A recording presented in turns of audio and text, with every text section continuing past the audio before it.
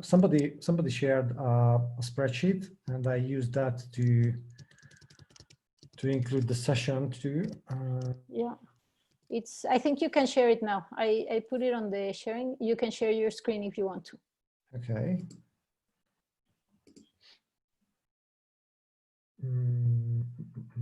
Yeah, this one. Let me know if you see. Yeah. Yeah, that's the one. Okay. So this is the bike. Okay. I decided to choose a session or to address a flow having an athlete who would not be a lead swimmer and would need to catch up after T1 or work hard after T1 to be able to keep contact with the lead pack or with the second pack on the bike.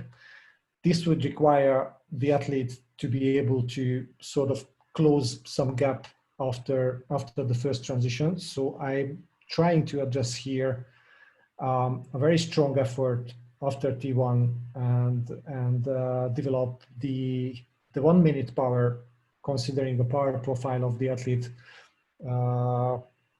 Let's say being a well-developed endurance athlete, but less developed in terms of sprinting capabilities. And I'm not addressing here the 5 second or 10 second sprints, but I'm focusing on the 1 minute power, which would be the anaerobic glycolytic energy system. And the aim certainly is to be able to do the sprint after T1 all out, to be able to catch up with the leaders and go with them. In order to work on this intensity, I think it's very important to have a proper warm-up. So I changed a bit the durations, and if you see, the main set is shorter somewhat than the warm-up, which is a progressive warm-up with quite a long free cadence start, 50-60% of FTP. This would be basically the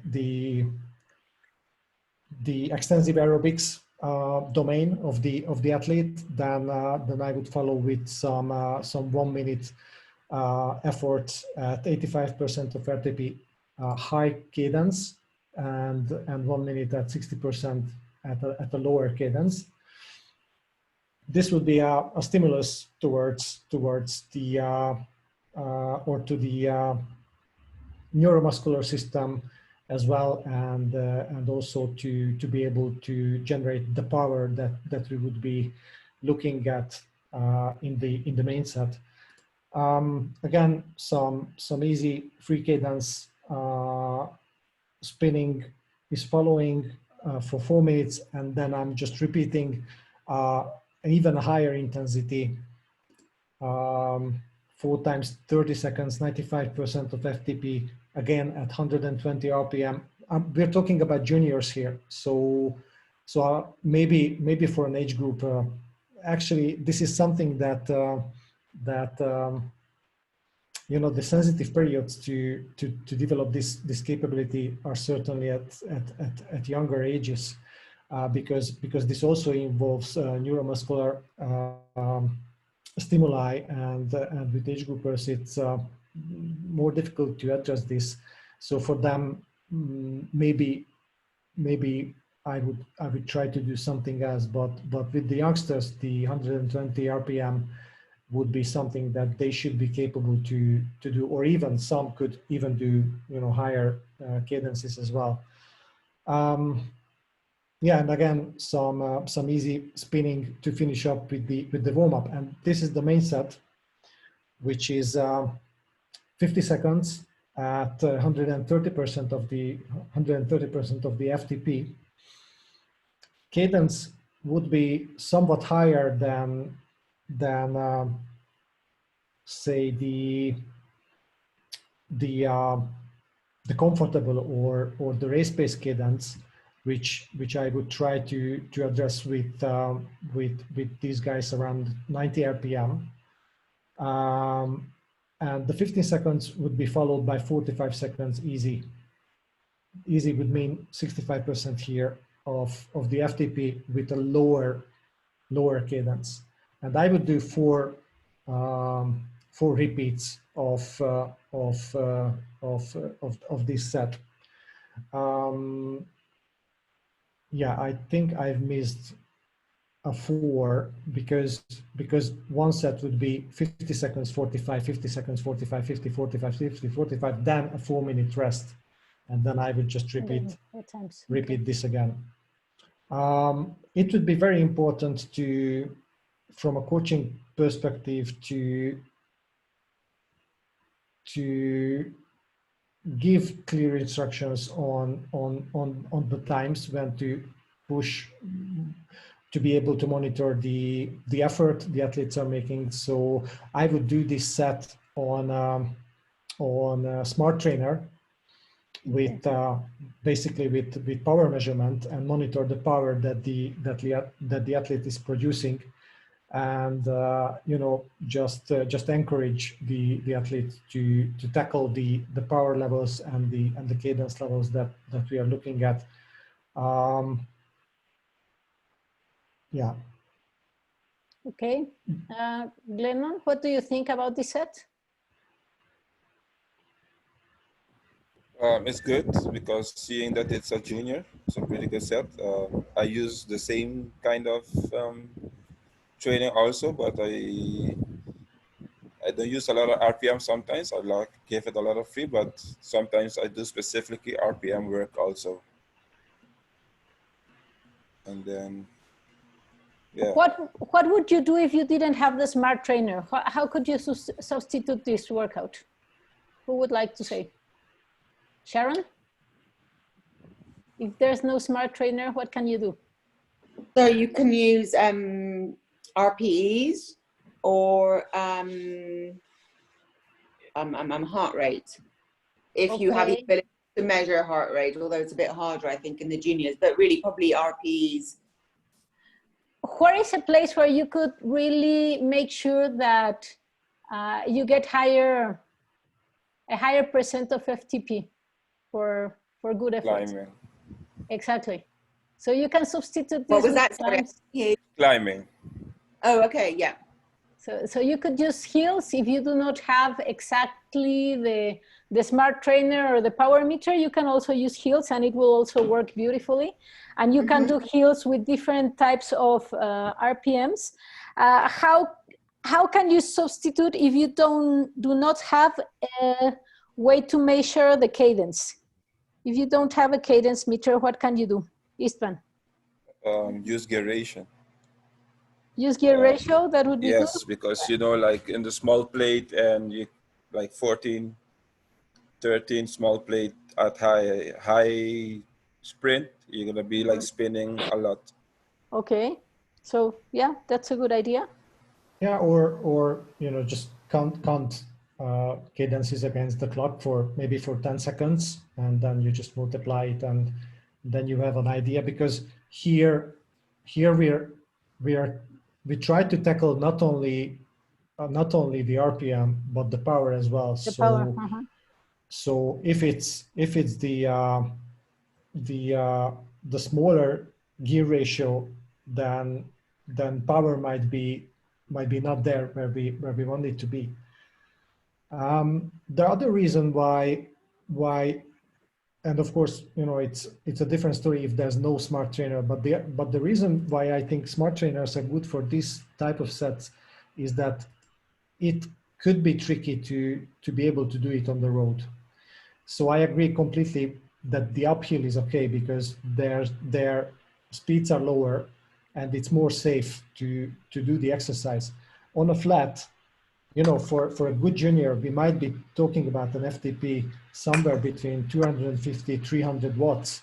If you multiply that by 1.3, that would be something like well over 300 watts. And if I just want them to do 15 seconds, basically almost all out sprints not all out, because that would be, for even for the juniors, it would be around maybe 600 watts. I don't know, but on a flat road, this could be dangerous because they would just have such a big torque and such huge power that it's easy to crash.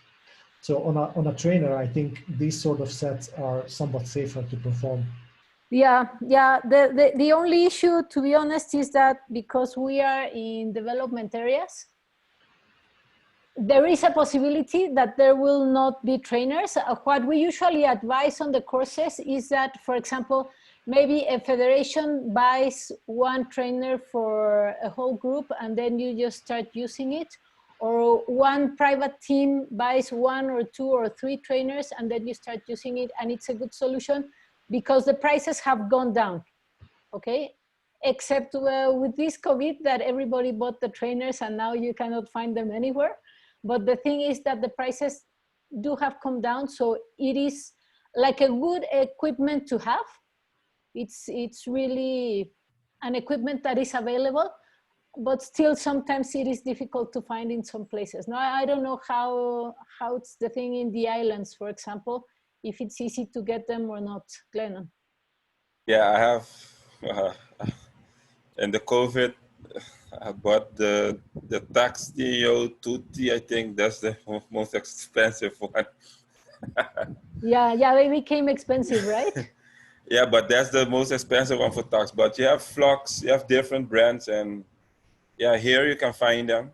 But now it's, okay. like you said, it's sold out. Right now they're sold out everywhere. Yes. Yeah, that's a big issue.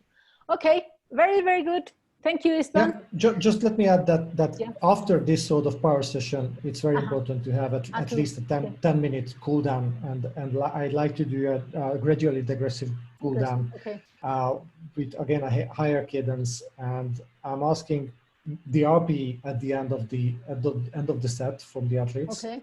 They can just give me a very good feedback on the difficulty, and if they would tell me, yeah, I felt like maybe 6, 7, then I know that this wasn't a good set for them, because we'd be looking for something like 8 or 9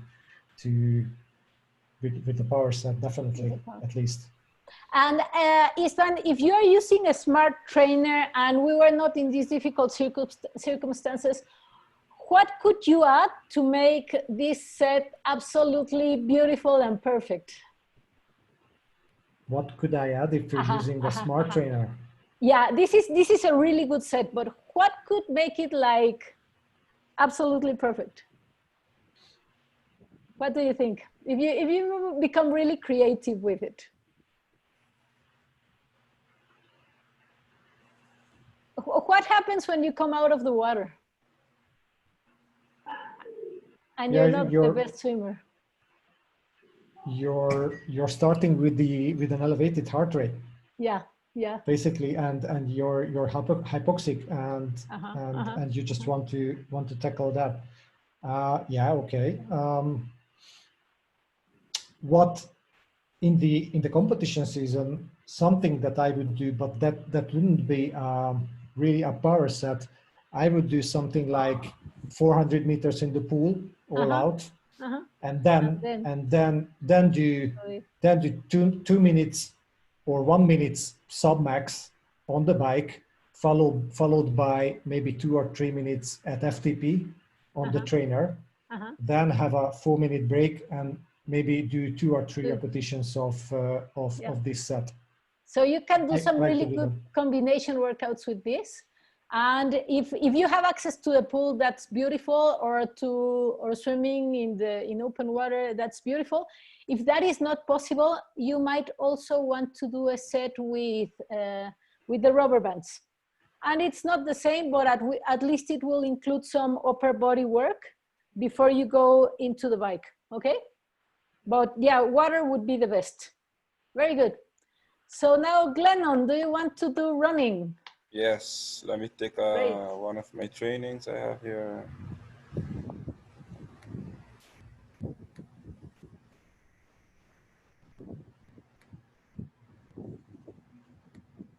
Okay, you guys can see it? Yes, we can see it. Okay, like Tomorrow we have in a session. Put this upstairs. You pick the easy one. Use one that is more complicated because that's really you pick the easy one. The easy one? Yeah, I mean. Okay. Okay, it's 6 times 1,000. Sorry. No, go ahead with that. Go ahead with that. That's a good one. Yeah, go ahead with that. Don't worry.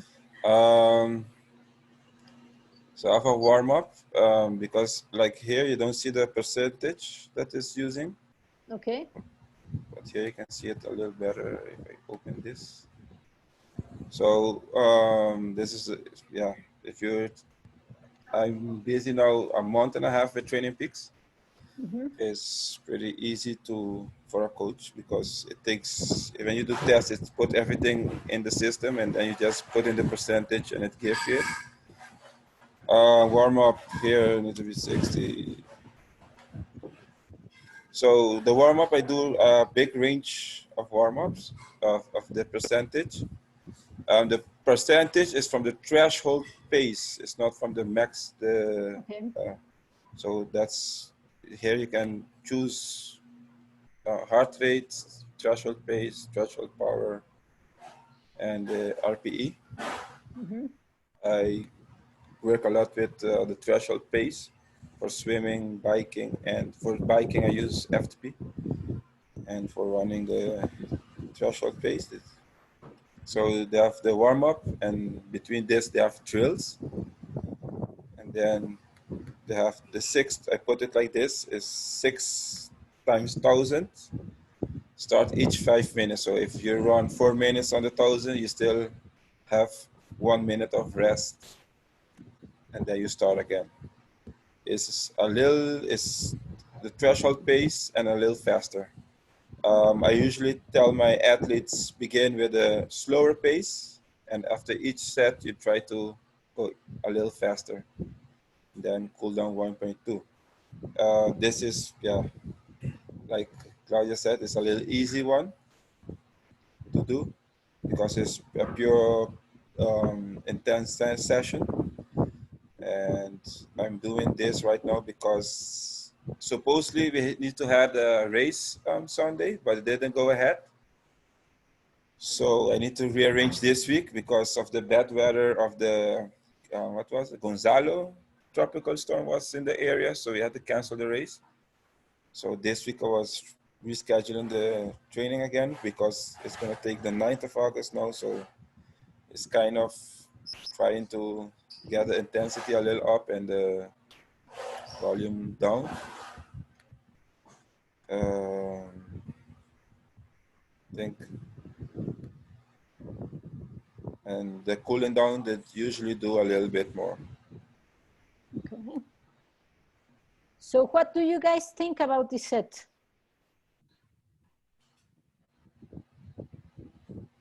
Who wants to talk about this, Sharon?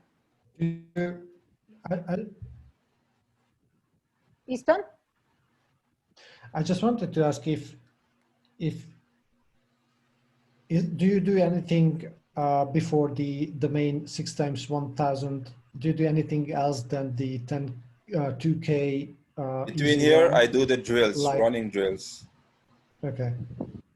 Like we do like skippings, A-steps, different drills, and then we do like some technique work, or how you call it. And after that, they go do their session. Okay. Anything else, Easton? I don't know if I think I have a few drills that I can send in the group later. Glenn, I don't know if I missed the bit where you were saying what what kind of session this is, what you use this for. No, we haven't heard about that. You can ask. Yes, this is interval, pretty hard interval sessions, because I was basically tapering last week, but the race didn't go ahead. So I need to I have to this week reschedule again, and this is next week is the race, next week Sunday. So this is the week before tapering, and then next week and that's why you only see 6 times. Like sometimes I go up to 8 times 1,000, and maybe they can, yeah, like this. This is my son. He usually do like 340, 330 in the 1,000. So 5 minutes, he will still have enough rest to be able to do it. And at the place where we're doing it, you go 1K against the wind and then 1K with the wind. So sometimes I also tell them, going against the wind, you go like 335 to 340, and coming back down, you go below 330. Okay, And so these are your elite sort of juniors, is that right? Yes. like fast juniors. So what if, okay, so my main question here, I have a little bit of conflict between the intensity of the set and the rest times. So if it's like 100 of threshold pace, for you, how would you define the threshold pace? It's a pace that you can hold for how long? For more than 3K. For more than 3K, 3K would be like 12 minutes? Yes. Okay, I think that's kind of fast for threshold pace. Would anyone agree with me, or am I? Yeah. I always think it's like the 20-minute. Mm-hmm. Yeah, it's between the 3 and 5K, because what the Training Peaks does, like the last time he did a 5K, and that was 16:05, and the Training Peaks I think took that threshold pace, and it's automatically rearrange Okay. your pace. Okay, so then the issue is, if your threshold pace is correct, then a set of 6 times 1 kilometer with recovery time between it, or at 100% of threshold pace is, yeah, I think you either have too short a recovery rest, time, yes. Yes, like the or, next or week too I long will a be, set. yeah, the next week, like next week if I have this same thing, or I gotta do it this week already, I will be like the same one, but I will say, okay, you have 4 minutes of rest. Okay. So I can, sometimes I play with that, like this one is starting at 5 minutes, each 5 minutes you start, and like next week I would have like the same thing, but then with 3 to 4 minutes of rest between sessions. Yeah, because this rest is kind of short for yes. the kind of effort, or the effort is not so intense. No, what do you think, Istvan? I'm just thinking about the 320 threshold pace, which, you know, threshold pace fast. by definition, yes, by definition would be something that you're able to maintain for an hour. If an athlete can maintain 3 minutes 20 for an hour, that's a very good running performance. What would be the best time on 1K of this athlete? Is this you? No, his son. Myself. It's Your his son. Yeah. What would your son's best be on 1K? I think probably around 2:55 to 3 minutes. Yeah, Okay. he's fast. Okay. So I would just be careful with the numbers that Training Peaks puts out there. Yes, I saw. It's tricky. Yeah, because you know, for the bike, the FTP is really well calculated, and that's for the hour. They do a 20-minute test, but then they do this 0.95%, or which ends up being more like a 0.90%, to be honest, than a 0.95, and also, unless you have a really good athlete. But on the run, I think they're not really doing. Yes, that's why I use like that's why I use between 100 and 110, because it also depends how are they feeling that day, that if they can go the faster one. That's why I always tend to start with the 340 and then build up to the 310, 320, depends on how you're feeling. Okay. So it's important to be careful with this. even by using one of these platforms, okay?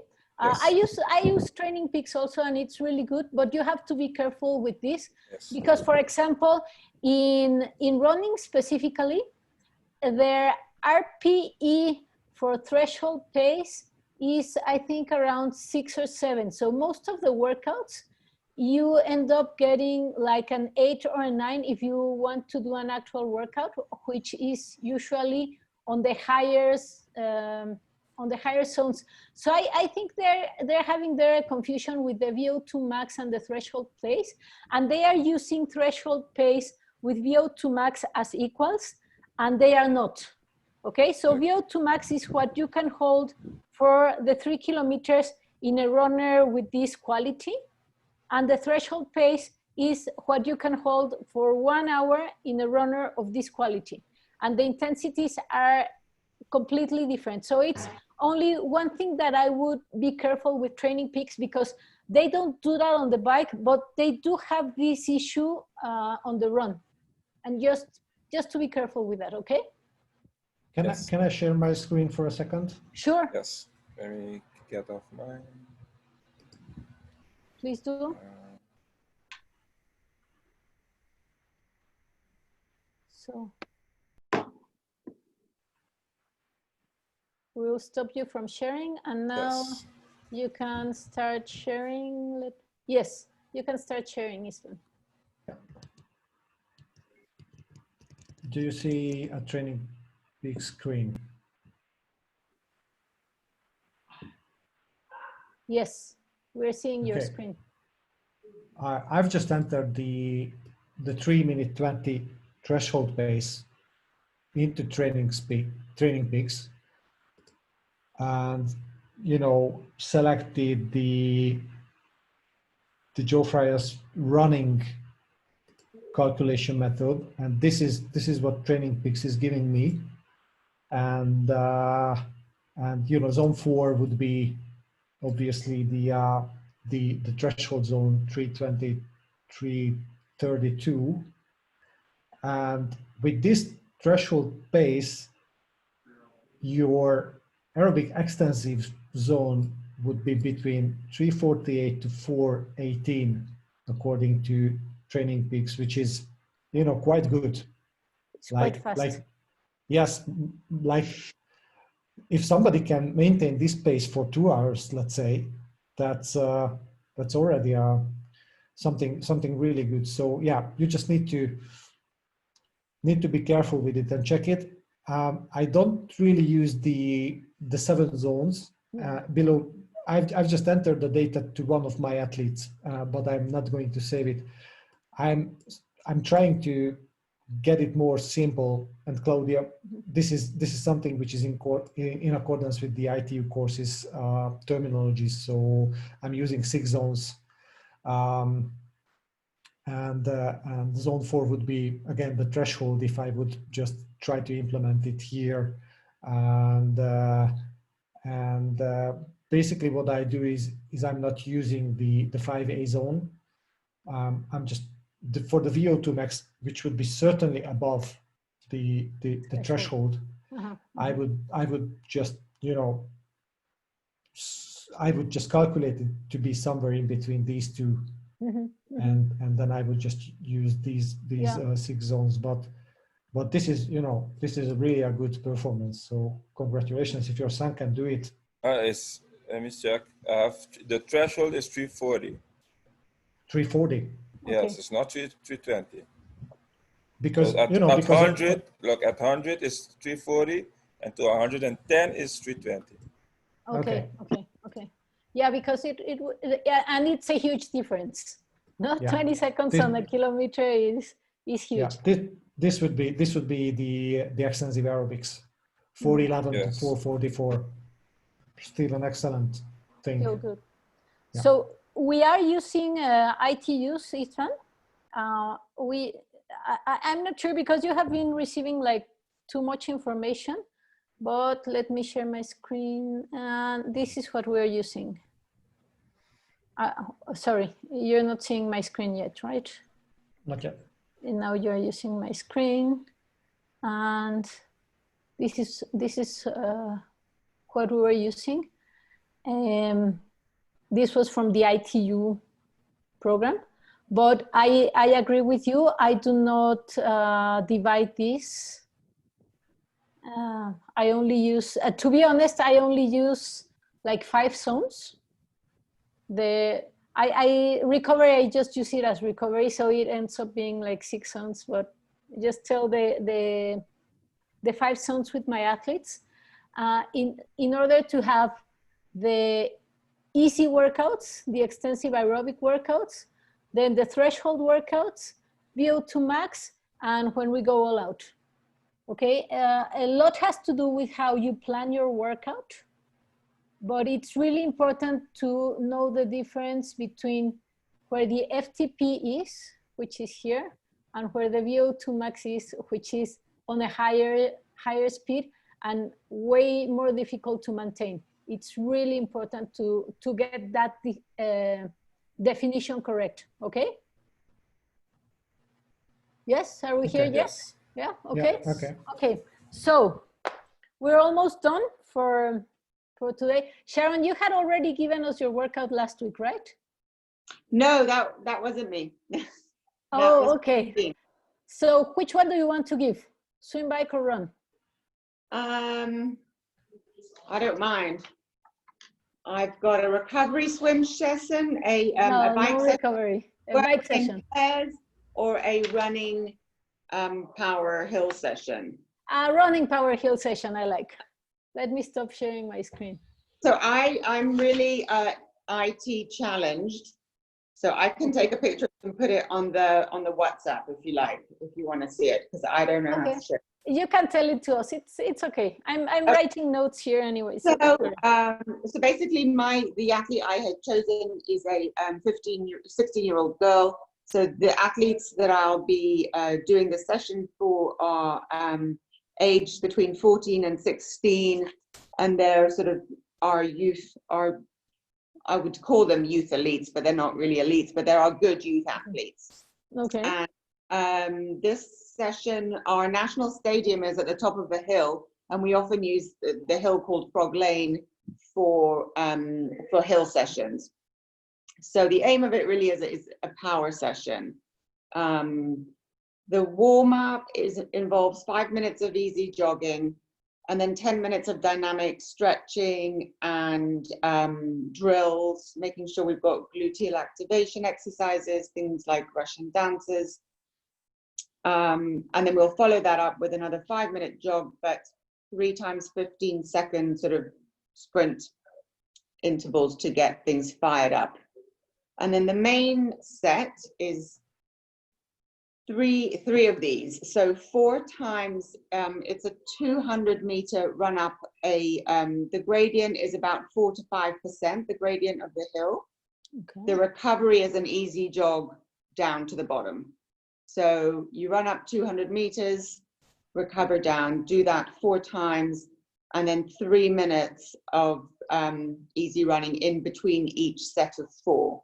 And the main thing is really to focus on getting power, getting that power and being able to do each hill at the same sort of pace, same time. But you're working hard going up these hills.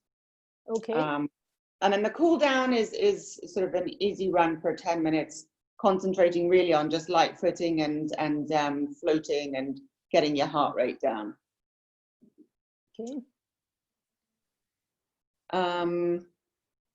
The session I shared it for you on the. Oh, well done, thank you. Yeah, it was. So I thought it was Sharon. That was no.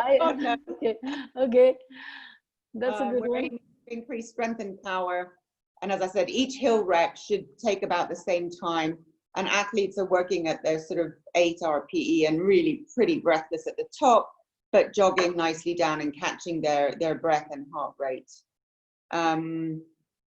And in the coach behavior, I thought it might be quite fun to get different paced athletes to start at different times and see if they can all get to the top at the same time to make it kind of a bit more fun. Mm-hmm. And then my feedback from them would be, how how hard was it, but did they also enjoy the kind of fun aspect of it? Because I don't know, I hate hill reps. And so this is just a way of getting them working hard, but making it a little bit more fun. Okay. Questions, everybody? Glennon? Just checking it out. Okay, so what was different in Sharon's work on coach behavior? What was really good also? What do you see as a difference on coach behavior?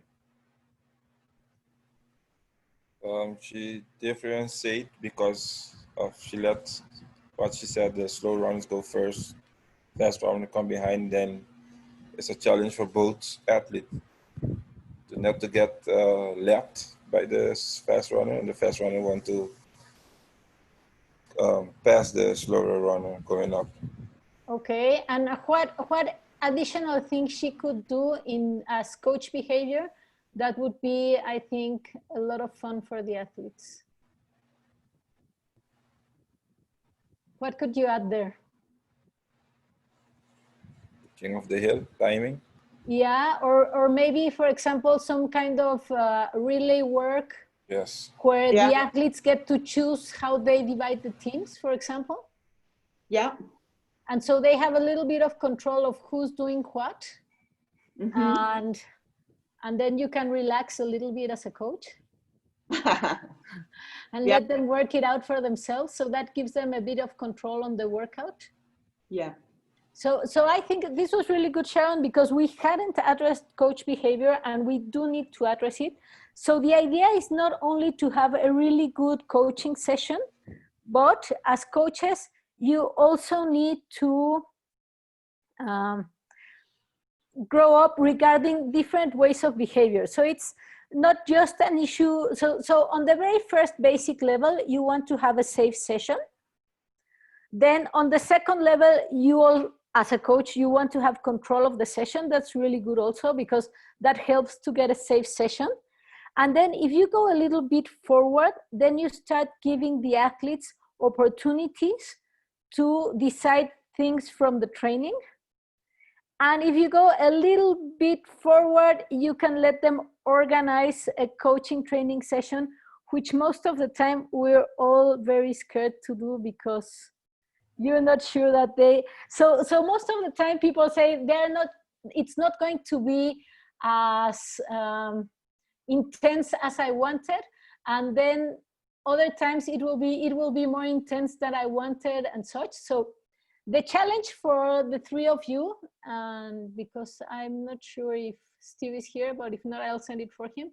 The challenge for you will be, if possible, if the circumstances allow, to plan a session where the athletes decide what you are going to do.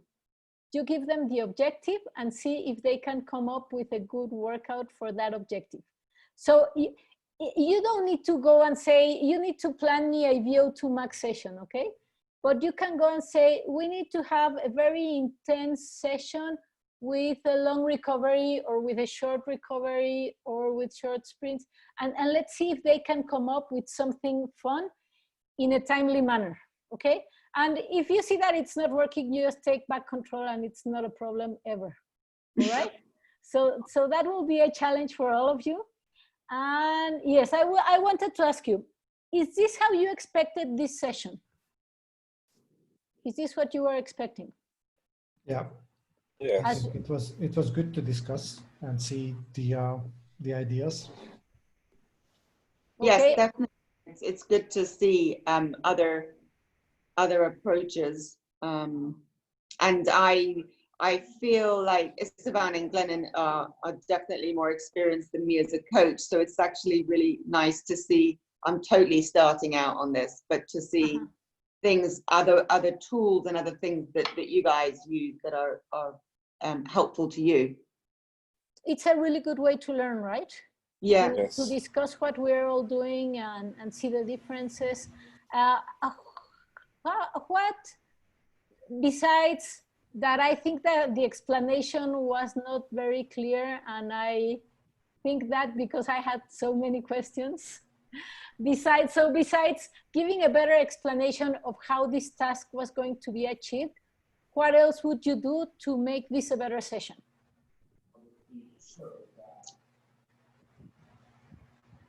Maybe have a video. Maybe? Have a video of what it looks like when you're training. Okay, well, we're a bit time constrained, so the video will. I mean, like a short video, like. Or maybe, like maybe earlier on today, we could have shared the workout with each other so that we may have been able to think of questions before. Okay, that's a good idea. Yeah, like one day prior, get the workouts at the desk. Of the groups, right? Of each group. Of like, so I had Esteban's workouts and then looked at them and, you know, had more questions rather than on the spot questions. Okay, yeah, that's interesting. Very good, very good. Anything else? Or similar to this would be if there would be an example, a case study where, for example, intensity was missing. Okay, so there would be an objective, there would be a set, but let's say not the intensity. Okay, what would be the intensity that you would put into that? Okay, so I'm going to use these two ideas are really good. I'm going to use them for the next time that we do this. Okay, have you share the workouts beforehand and do it like a case study where you need to add the intensity or the recovery or maybe, you know, each one of you will need to add something different to the set. Each one of you will have something missing. Okay. Very good. Thank you. That's really good. All right. Okay, very good. Thank you for this class. We're going to the next group. So if you guys want to stay and watch, it's okay. You're all invited. Hi, Alex. If you guys want to leave, it's not a problem either. Okay. If you need to go, it's okay also. I'm going to stay here like 3 more hours, so you can come and go as you wish. Okay. It's midnight my time, so I'm yeah. You go to sleep. Okay. So thank you. Bye-bye. See you tomorrow, Istvan. Yeah, see you tomorrow, Claudia. Thank you so much. Bye.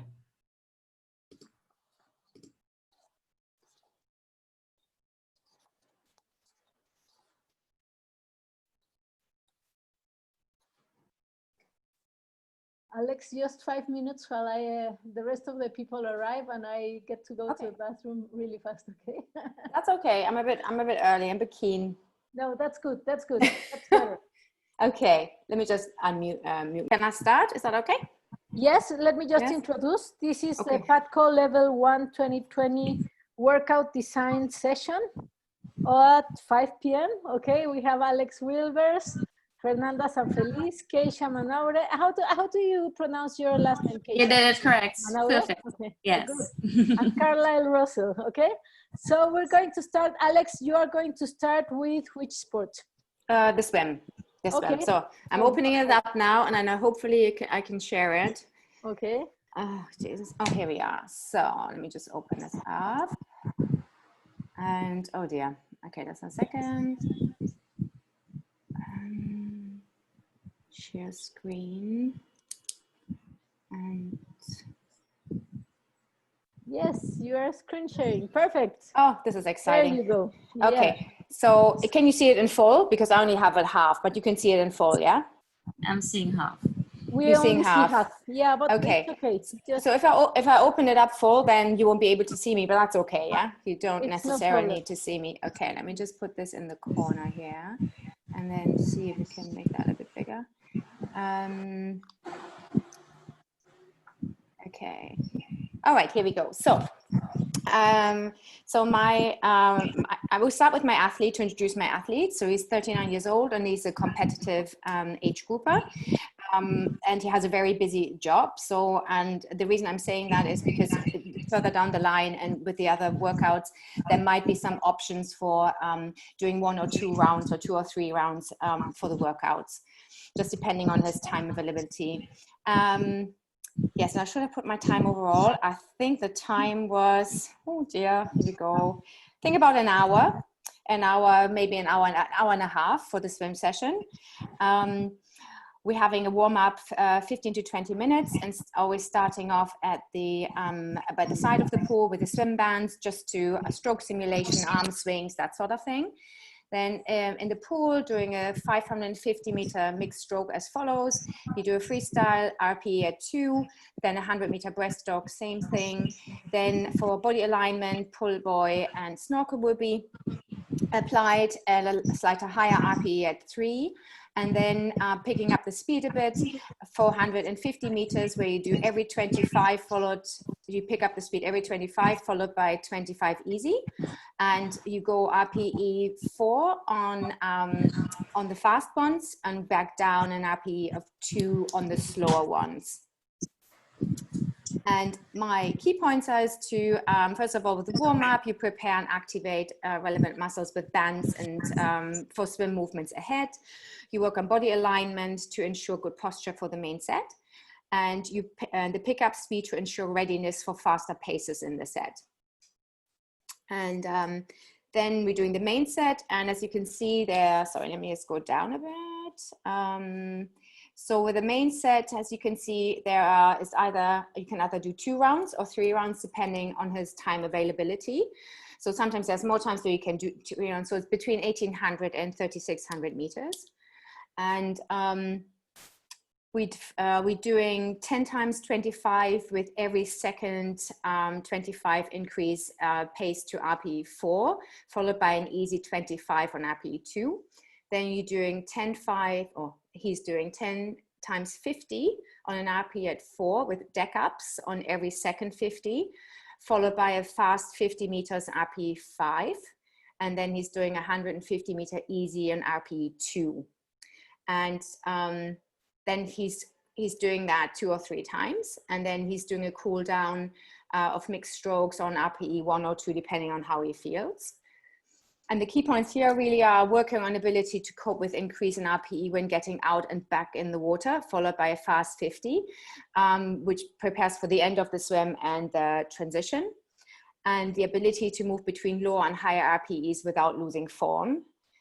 And my behavior would be clear advice on form, on correcting as necessary as set evolves. So you want to make sure he's not losing his form whilst he's getting faster, and also he's getting more tired as he goes along. And the feedback from him would maybe be, how did faster paces feel in regards to maintain form? So that would be my question for him. And also, how did the RPE change when doing deck ups, and how that affect his RPEs and his forms, all right? Yes, that would be my swim. Perfect. Does that make sense? Yeah. So now let's stop sharing your screen. Okay. No, keep it because. Oh, okay. Okay. So who wants to start? I muted all of you because there was like a lot of noise. But who wants to start telling us what did you like about this set? Who wants to go? Keisha? I like the fact that she identified she's going at different RPEs, increasing the RPEs as she goes along. Mm-hmm. I'm going back to it. Did you put the rest time in between?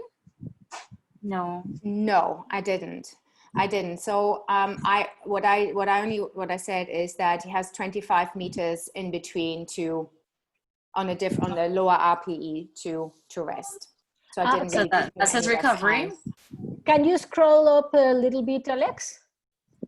Exactly there. So exactly. So I have the same question as Keisha. So on the 10 times 50 on RPE 4, what would be the rest time? With deck up on every second, followed by a fast 50 meter on RPE 5. What would be the rest time between the 10 times 50 meters? I wasn't giving him one. Really? Okay. Why do you think it would be important to have a rest time there? Who could tell me? Well, I do think because he needs to, obviously, if he creates lactate, right, he needs to be able to, or he exerts all his energy. He needs to have time to actually rebuild that energy. Does that mean, is that? Yeah, to saying that recover right? a little bit, yes, Yeah. yes. Yes, because if you're not doing 10 times 50 meters with, when it's like with a rest, then you're doing like a 500 meter. You're right. Okay, so then it's a different workout and a different objective. Okay. So it's really important that this is really interesting. It's really important. For example, if I give every time that we decide on volume, intensity, and rest, that is going to give me a main objective. So how would a set change if I go from 10 times 50 meters with 1 minute rest to 10 times 50 meters with no rest, or 10 times 50 meter with a 10-second rest? How would that change?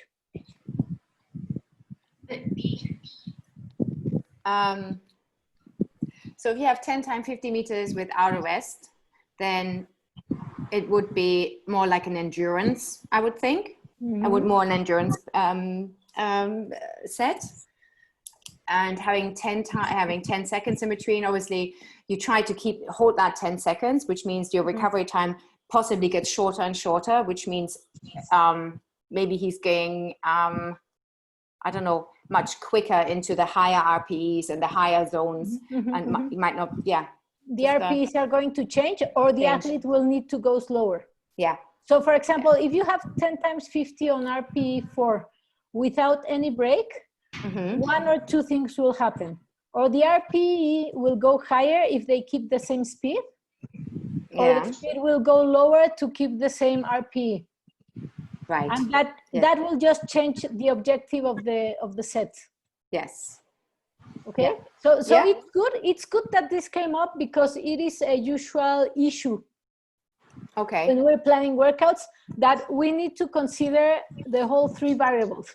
So an interesting thing here is that, for example, if you're doing 10 times 50 meters with 30 seconds rest between each 50 meters, and you want to increase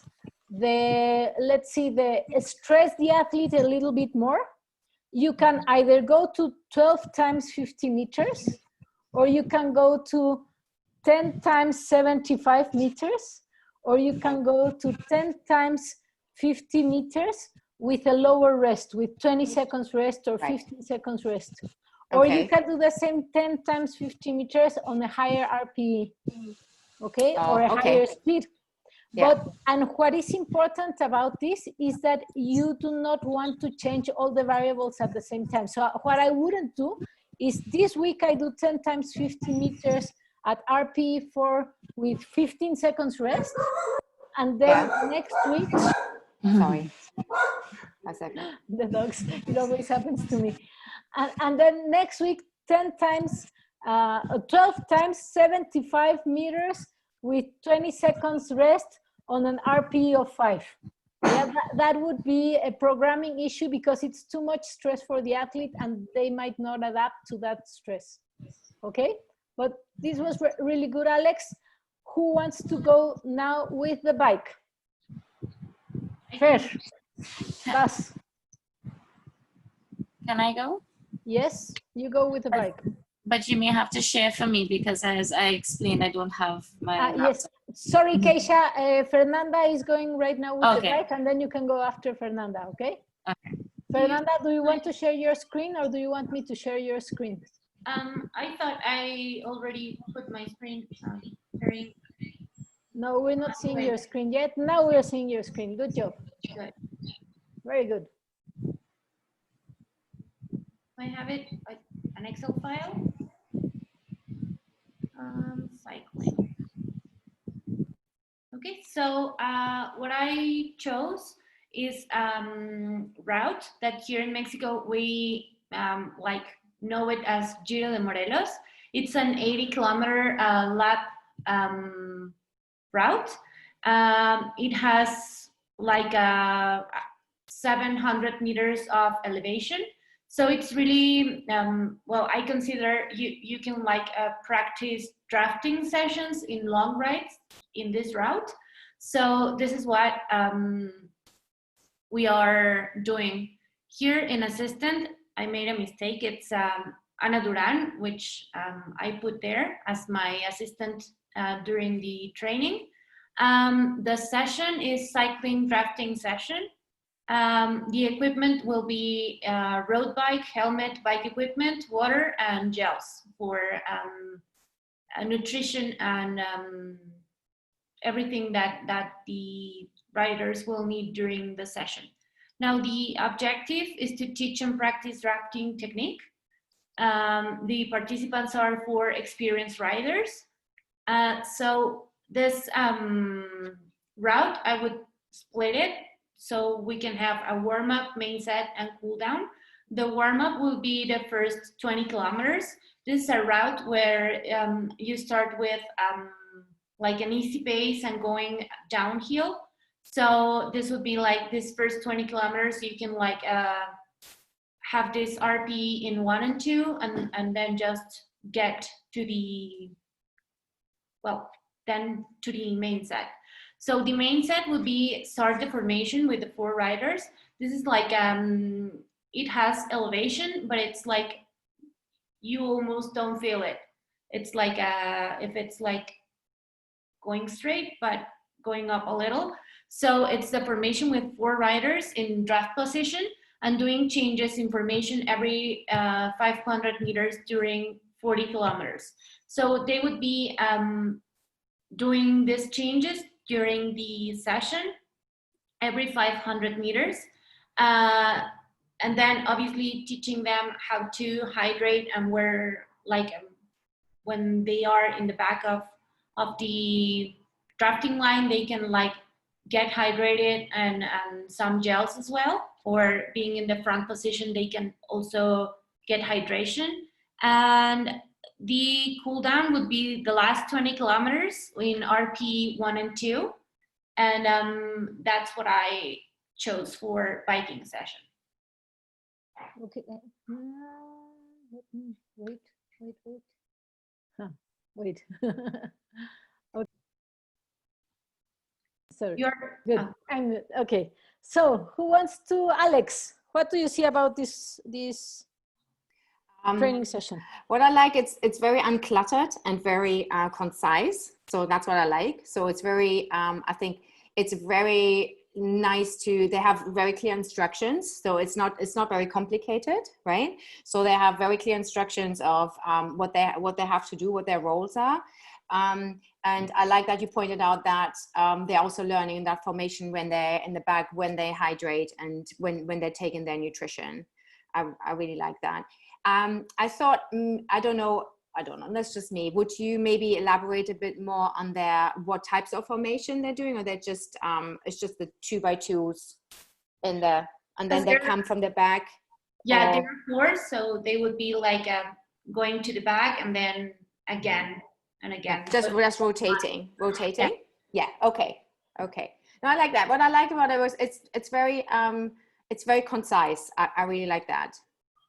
You know what I mean? That's not a lot of, they didn't need a lot of information. They always said they are very experienced riders, which means they maybe also don't need that much information. They just, get the information at the beginning and then, so but the other question is, what feedback would you looking for from the athletes? Yeah. So okay. What would it be? Yeah. Probably like maybe they can do longer splits, being at the front end of the grip, yeah. Or if they feel it like very uneasy, or also what they probably would need like to have a better position or something like that. Mm-hmm. Okay. Make them aware of what they need to have a better drafting position during this kind of exercise. Okay. All right. Thank you. Okay. Anything you would, Carlyle, anything you would add or subtract from that workout? Everything seemed fine. It seems good, right? Like the nutrition layout with the gels and all of those stuff. But okay. It's fine. Yeah. Fer, algo que tú le agregarías, something that you would add? Me? Yeah, now that you're seeing this. Yeah, probably more instructions about doing the changes and rotations. And maybe I didn't put it in there, but I knew that they would have like the nutrition and hydration. Where were they going to do it? So maybe just add it like in the Excel file, and don't forget it when I'm telling the instructions that I have to let them know that. Okay, Keisha, anything you would like to add? You are in mute. Keisha? Can you share it again, please? Can you share it again? Yeah. The screen? I just want to Sí, yeah. sí, sí. Or maybe you can, right. Oh, sorry. Right, so for your main set, I know it's a drafting, it's more drafting and stuff, but are you going to advise at what rate they'll be going at? What? Sorry, So are you going to advise at what RPE they'll be going at during this drafting? Oh yeah, I totally forgot, but yes, totally. As it's just a 500-meter formation, I was thinking about higher RPE, so it's not a long pool, so they can be at probably 3-4, depending on their strength. Yes, I agree with Keisha. So the main issue here, there are like two small issues. This is really well done, and I like about the hydration messages and such. But you do need to know at which intensity they would be riding. And then it's also important to know the abilities from each athlete, because what for one athlete will be an RP of 4, for another athlete can be dying. 40 kilometers of riding, doing changes every 500 meters will at some point make the athletes start going quite fast. And 40 kilometers is a lot. It's like a really long endurance set. You're talking more than an hour for most of the athletes, especially if it's a hilly terrain. So, so you need to be really careful with what kind of RP they should begin and at which kind of RP they should finish. And if you have athletes that are less strong than other athletes, maybe you will organize different in such a manner that the stronger athletes get to pull the group and allow the not as strong athletes to rest. Yeah. And the other thing, Fer, is that 20 kilometers is kind of a long warm-up. Okay. And 20 kilometers, it's a very long cool down. 20 kilometers is like an endurance set by itself. Okay. Because you're talking about a 45-minute set. So, so things that could happen with this the type of workout would be that maybe you could do sets of drafting, like, I don't know, 10 times 10 minutes of drafting with 5 minutes rest, active rest between the 10 times. And so then you give the athletes time to catch everybody or to wait for the ones that were not able to keep the pace of the team. And you give them time to rest before another effort of 10 minutes where they are paying attention to the drafting. If you keep that up for a whole hour, it might be very taxing and you could end up having accidents. Okay. Okay, does that make sense? Yes, totally. Yeah, but it's really good. And I particularly like that you are introducing that they are able to draft and they should organize. So, so that's really good. So for example, if we were to put a coach behavior here, you might allow them to organize themselves. Yes. Or if they're new athletes, then you can be more autocratic and you organize the groups. And both approaches are good depending on the athletes. Okay, so if you have people that is very, very new to this, you might be the one organizing. But if you have people who have already been doing long distance cycling and already have practiced some drafting and that they know each other and know their abilities, then maybe it's better if you let them organize themselves, because the groups will come out better depending on how everyone is feeling for that day. Okay, is that good? Yes. Yeah? Yeah. Good. So now, Keisha, you go. Okay. Can you share the Yes. run? Which one do you want? Share for me? Yes, of course. Which one do you want? Let's do the swim. Swim. Actually, no. Let's do the run, because we did the swim, we did a ride. Let's do the run. Okay, let's do the run. Let me look for it. It's one of the sheets in the Excel. In Excel or in? It is not a run session in DocX? No. No, that's Alex. Okay, wait. Let me see then again the emails.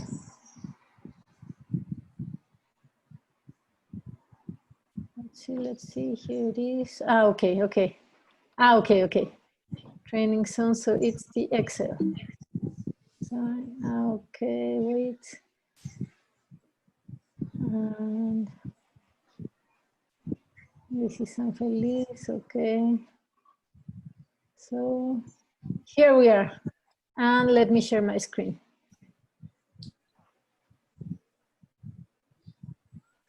And here is your workout. So you let me know what you would want me to do with it. Yes. Okay, yeah. You tell me when I need to scroll or anything, okay? Yeah, so there you go. Yeah. Okay, so I'm the assistant. Coach is Coach Rogers. The venue, it's a residential area, flat surface. Well, run session. Equipment needed will be running shoes, water, timing device. Objective, I'm hoping to more stick around the aerobic oxidation zone, metabolism zone. My participant is a female 31-year-old woman. She is, I didn't put this here, but she has done 1 or 2 sprint triathlons and is hoping to move on to or try her hand at the Olympic distance, or standard Olympic distance. For time of the day is at 6 p.m. so it's cool, right? It's not a hot sun or anything. The area is not as busy. Okay, so for the warm-up, as you can see, the time is 20 minutes and we're doing a 800-meter light jog at an RPE of either 1 or 2, depending on what she's comfortable at, with a rest time of 2 minutes before we start anything else. Then we have some warm-up drills. So we have 2 by 200 meter skips, 2 by 50 meter high knees with 1 minute rest in between each set, 2 by 100 walking hamstring kicks, and 2 by, same thing, sorry, missed it out, it's supposed to be a 1 minute rest again.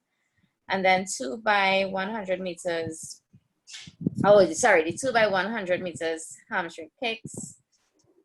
And we're supposed to have 2 by 100 meters butt kicks with 2 minutes rest before we start the main set. After this, she'll do her stretches, and then she will start. The main set would be a 2 by 150 meter run at a RPE of 4 with 2 minutes rest in between each set. Then a 2 by 150 meter run at an RPE of 5. So she's increasing her RPE as she goes up, right? With a 2 minute rest. And the same thing, a 2 by 150 meter at an RPE of 6. So she's doing more like she's sprinting, a little more at that point, with a 2 minute rest between. Her cool down, can you scroll down a bit? Right, so her cool down would just be a 10-minute easy run at either between 1 or 2 RP, depending on how comfortable she feels at that point. So can you scroll back up? So the key points to ensure the athlete understands understands progression and to stimulate speed and sprinting, and well, the coaching behavior. Each set will be explained to the athlete. So I will talk to the athlete first, explain what is expected of her. I will get feedback from her at the time if she understands what is expected. And then the coach and I would stand at the side of the road and watch her do her sets while timing her and indicating to her when she should stop and when it's her rest time. So for feedback, at the end, we'll communicate to the athletes the time that she did. We'll inform her of any improvements that needs to be done based on probably her posture, her form while she's running. And we'll commend her on any improvements that she may have made from probably previous sessions. And we will encourage any feedback she will have to give based on any discomfort she may have had and any suggestions that she may want to make about the session itself. That's okay, it. Very good. So, Carlisle, what do you think about this workout that has aerobic oxidation as the objective?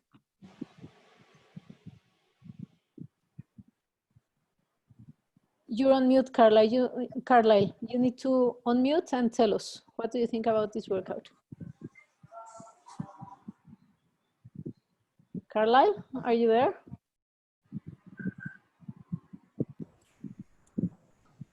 Yes. Good. I'm trying to figure out my thing while you going on explaining. So you said the aerobic oxidated. Well, seem like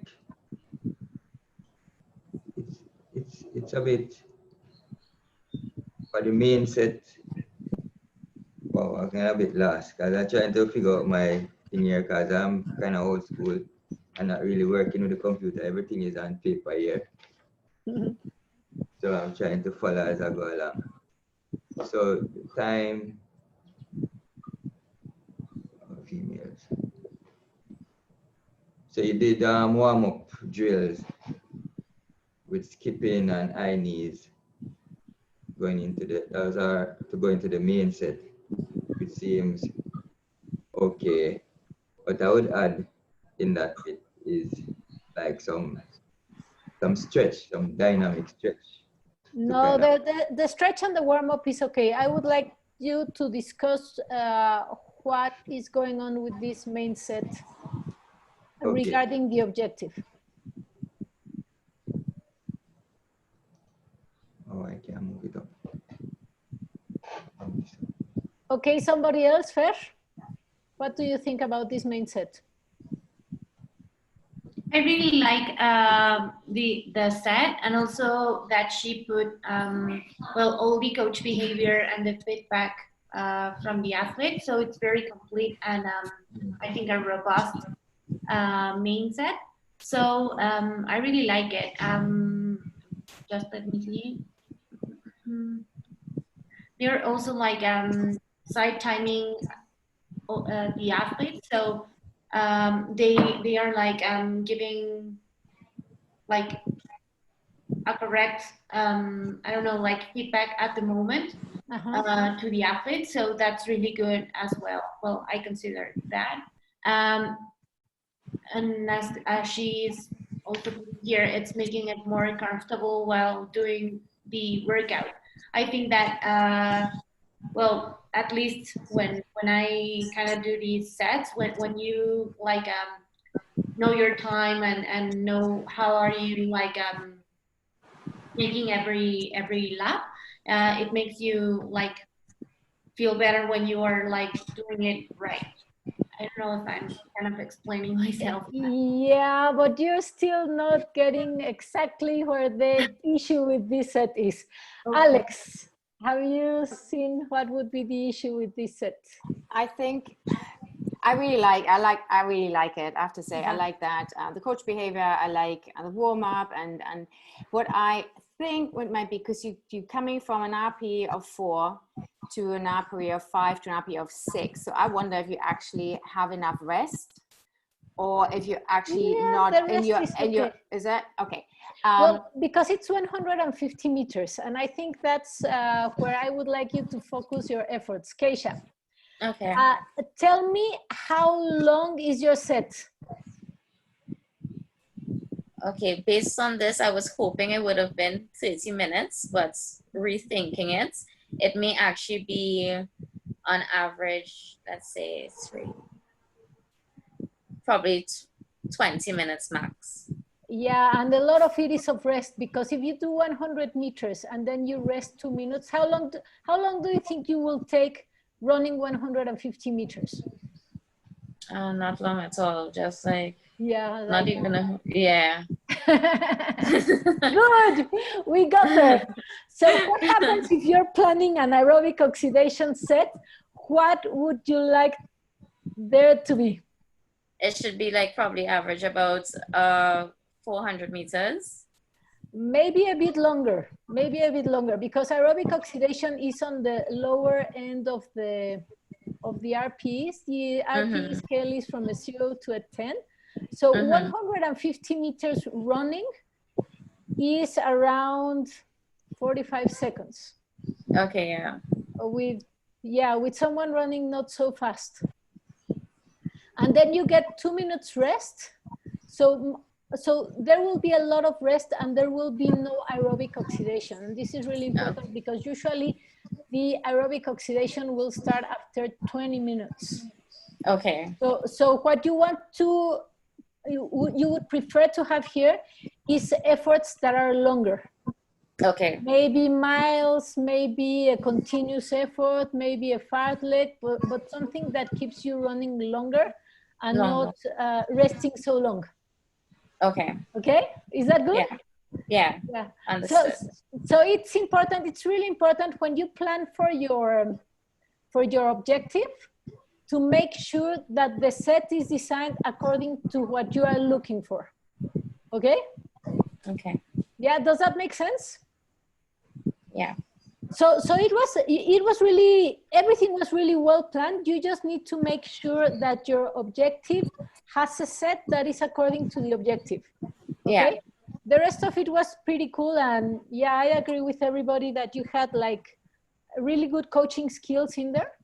Just make sure, and so one way to do that is just to check the table, okay? To check this small graph where you can see the intensities and how long should the effort be, and then you can guide your objective. Okay. Is that good? Understood, yes. Yeah, for the rest of you? Yes? Yes. Very good. So Carlisle, are you going to give us a set of what? I was thinking of the cycling. Okay, cycling set. I do the running since I'm more experienced with the running, and it's not as long. It's very short. It's good. It's good. Okay. Well, coach is Carlisle, no assistant coach. The venue is Port Royal, Kingston, Jamaica, and it's on the road. It's a flat surface. You experience headwind or tailwind at the time from the sea, because the sea is on both sides of the road with trees to kind of block some of the turbulence. And this session is interval, and the objective is to stimulate change that can lead to greater speed and stamina and activate fast twitch fiber. And the participants is my persona from the beginning, of course, Nathan, who is 24 of age. And the equipment that we use is running shoes, a heart rate monitor, and I have like for water, for hydration, and banana to give you some amino acid, and melon after the workout. You can enjoy all of that. We start at 6 a.m., which is not that windy, so that you can get a good workout without any interference, a steady workout. And warm up, we did a light jog for 10 minutes and a dynamic stretch. All right, the main set is Sorry. We need to silence somebody. the main set is 7 minutes at heart rate zone at 4, zone 4, and a recovery at 3 minutes. And we do a set of 5. And for the cool down, we do a light jog 5 to 10 minutes, and then some static stretch.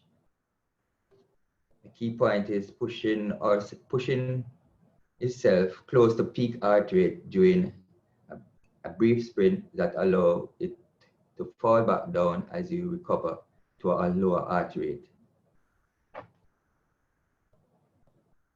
While he's doing this, alongside my persona, so I will run along with him and try motivate him to keep the pace up during the heart rate zone I. And how long is your sprint, Carlisle? 7 minutes. 7 minutes? It's like, yeah, so it's like preparing for a race, so that like a 5K or a sprint, a triathlon sprint distance, where you can go like, because he has experience in running and cycling, so he can go 7 minutes in zone 4, which is like a RP 6. Okay. So who would like to comment on this? Alex, you just volunteered. Okay. Is there a cool down as well, Carlisle? Sorry, I did not hear. Also, there was a cool down. Okay, what's that one that blew my? Say again. 5 to 10 minutes at the end, and then after cool down, you do a stretch. Hydrate. Okay. Sorry, I think I was just blowing my nose at that point. Sorry, I think I missed that. I like that you have. I like that you have the warm up in there with the dynamic stretching. I really like that. What I'm missing is a bit of like the coach behavior. So what are you exactly looking for? So what are the directives for the athlete? Okay, so the directives you give at the beginning. Yes, it's keeping it in the zone to increase, so that it can increase the lactate, so that it can improve on his lactate, so that it doesn't bump so early, especially during a race. And also the time for recovery during each set is 3 minutes. So it's not that, it's not that long, no, but yeah. Okay. It sounds like a hard workout. Yeah. So what I do to the people that come with these hard workouts is that I have them do it. Okay. No, what I would like to, I'm going to share a little bit my screen. Okay. I'm just going to show you something. Share. Which I think will be very useful for this group. Let me see if I can annotate. Supposedly I can. Okay, supposedly I can't.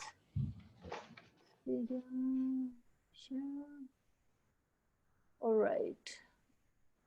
So I practiced this during the week, and now it's not appearing here.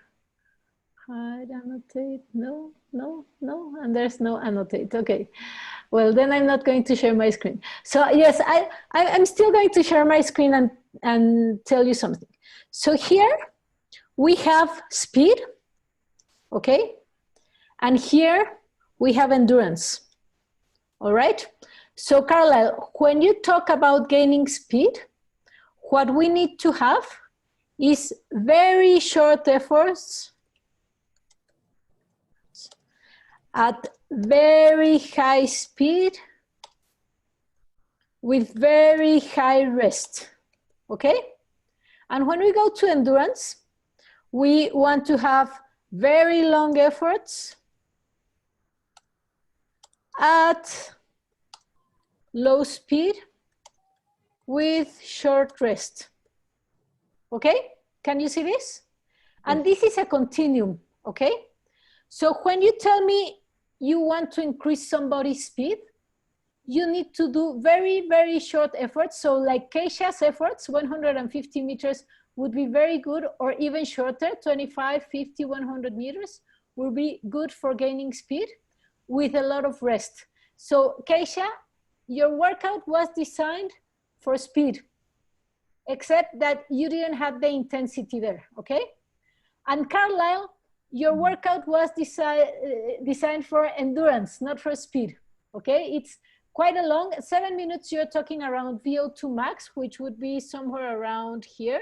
It's one of the most intensive workouts. And the beauty of VO2 max is that you only need to be on sun around 15 minutes to improve it, okay? So here we have efforts of 2 to 3 minutes in total, but they should be sets of 10 seconds, 15 seconds or less. Here you want to have 60 minutes or more, okay? And here you can do efforts of 2 to 3 minutes, or it can be, for example, 4 times 15 seconds on, 15 seconds off, and then rest and do it again, like 4 by 4, okay?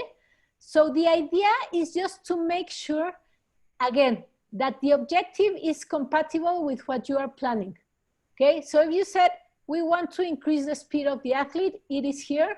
If you say, we want to increase the VO2 max, that they can handle a higher intensity for a longer time, it would be around here. But 7 minutes, you have to have a really strong athlete to be able to keep 7 minutes of VO2 max, okay? Usually it's 4 to 6 minutes. And you can break it up in short intervals. And that's where, for example, I'm sure you have heard of the high intensity interval training would be around here, okay? And then if we want to do an endurance effort, it would be here.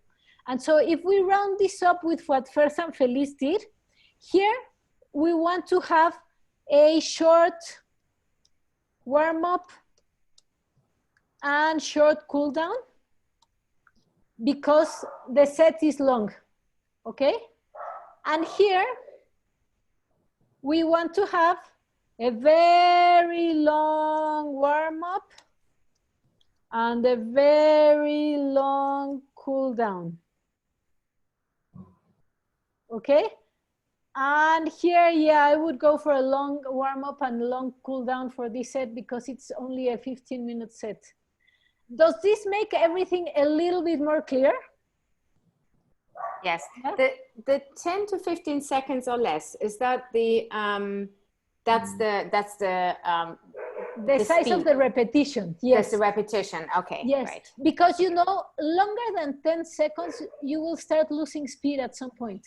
Yeah, yeah, okay. Even the 100-meter runners can go fast or accelerating until the 60-meter mark, that for them is like a 6-second effort. Yeah. And then it will all start going down. Okay. Yeah. So if you go for power and stamina and speed, it is here. If you go for speed resistance, we could call it, it would be here. And if you go for endurance, it would be here. Okay. And now for the last part of this that would be interesting is that 80% of the workout of the whole hours of your week should be here and 20% should be here, from here to here, okay? Yeah. So you want to spend more time here and less time here because this will help your aerobic system, which this is an aerobic sport. This will help to have more mitochondria, to have a higher capillary roads in your body. It will help you oxidize fat. And here you will gain the neuromuscular approach, the lactate, use of lactate, the recycling of lactate. Here you will use speed and power, okay? So it's just really important to be clear about this. Mm-hmm. Is that good? Yeah. Does it make sense? Yes. So what did you think about this session? Did you like it? Yes, a lot. Yeah, me too. Did you find it useful? More clear. Yeah. Is everything more clear? Yes. It is. Can I ask, you know, with the, you know, with the printouts where you take all these, the zones this from, Yes. is that from Joe Friel's book? No. One of Joe, no. No, this is what the ITU is using. It's what a lot of research is using.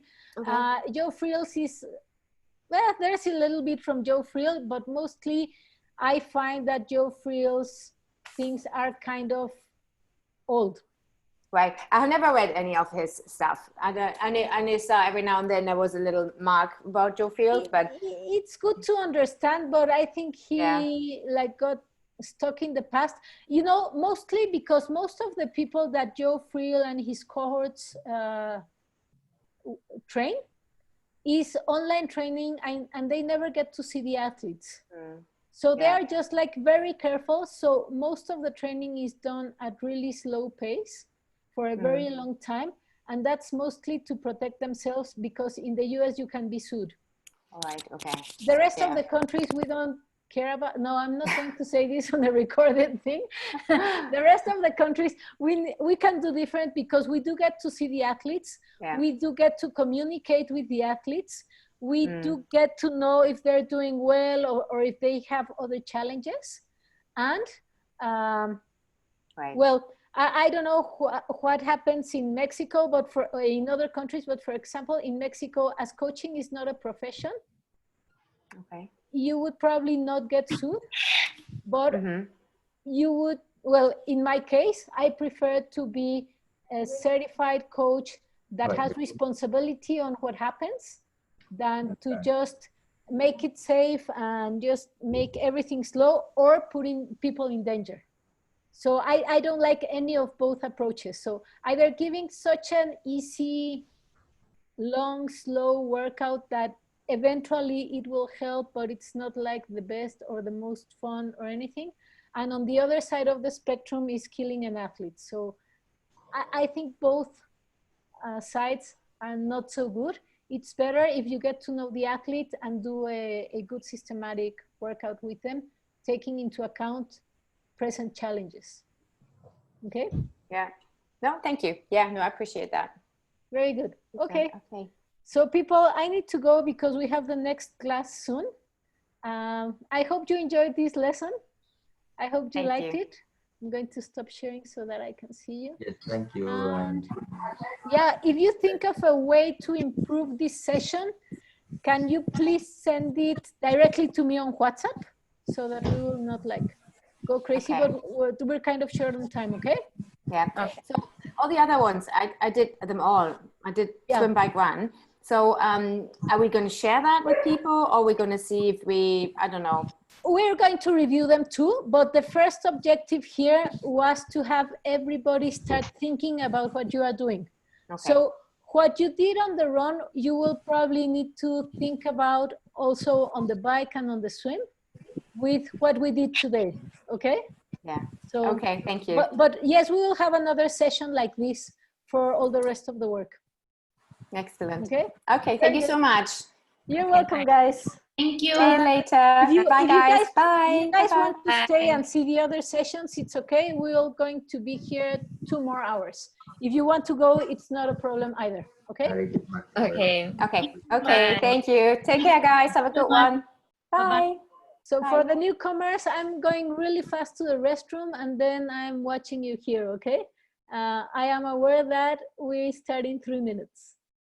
Just let me go really fast to the restroom, please.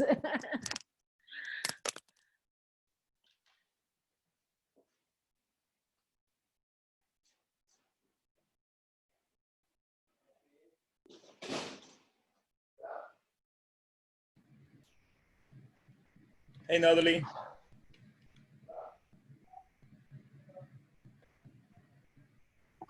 Hey, how you doing? Good, man. How are you? I'm here, looking at you, the better ones, trying to learn as much as I can. Well, you know, I am on the same position. These guys are doing wonderful. Well, unfortunately, I wasn't able to watch them. I just got to log in just now, but I did see your comments saying that they're doing very well. Let's hope we don't disappoint. No. They are doing very well. No, I know. Yeah, I am.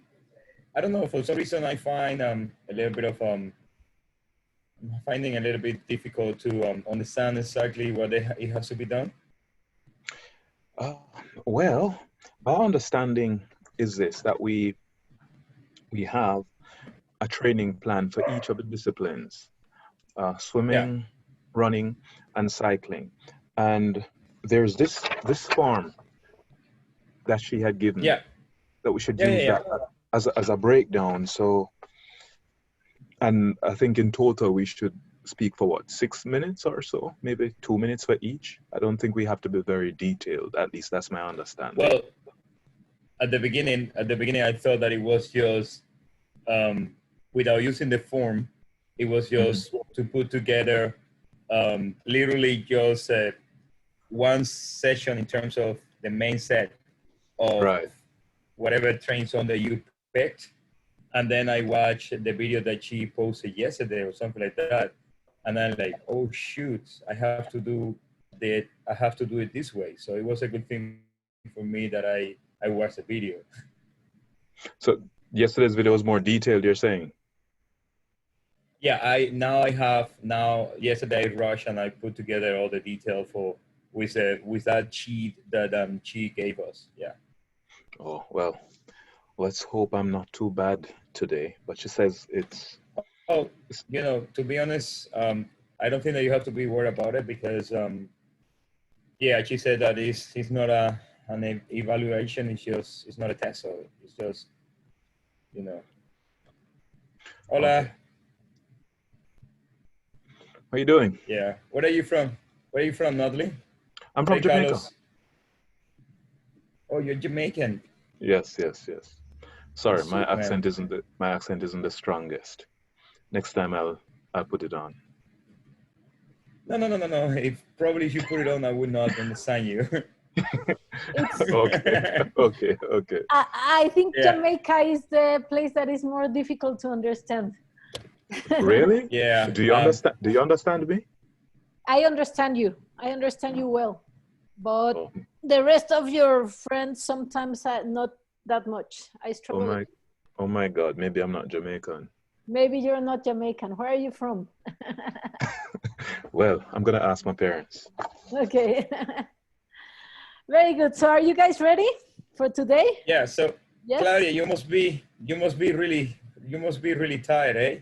No, I'm doing well. You know what happens is I get really excited about this type of classes, and I'm like all hyped up, and then I will probably die tomorrow. But today I'm really good. Today I'm having fun. I mean, sitting the whole day in front of the computer must be hard.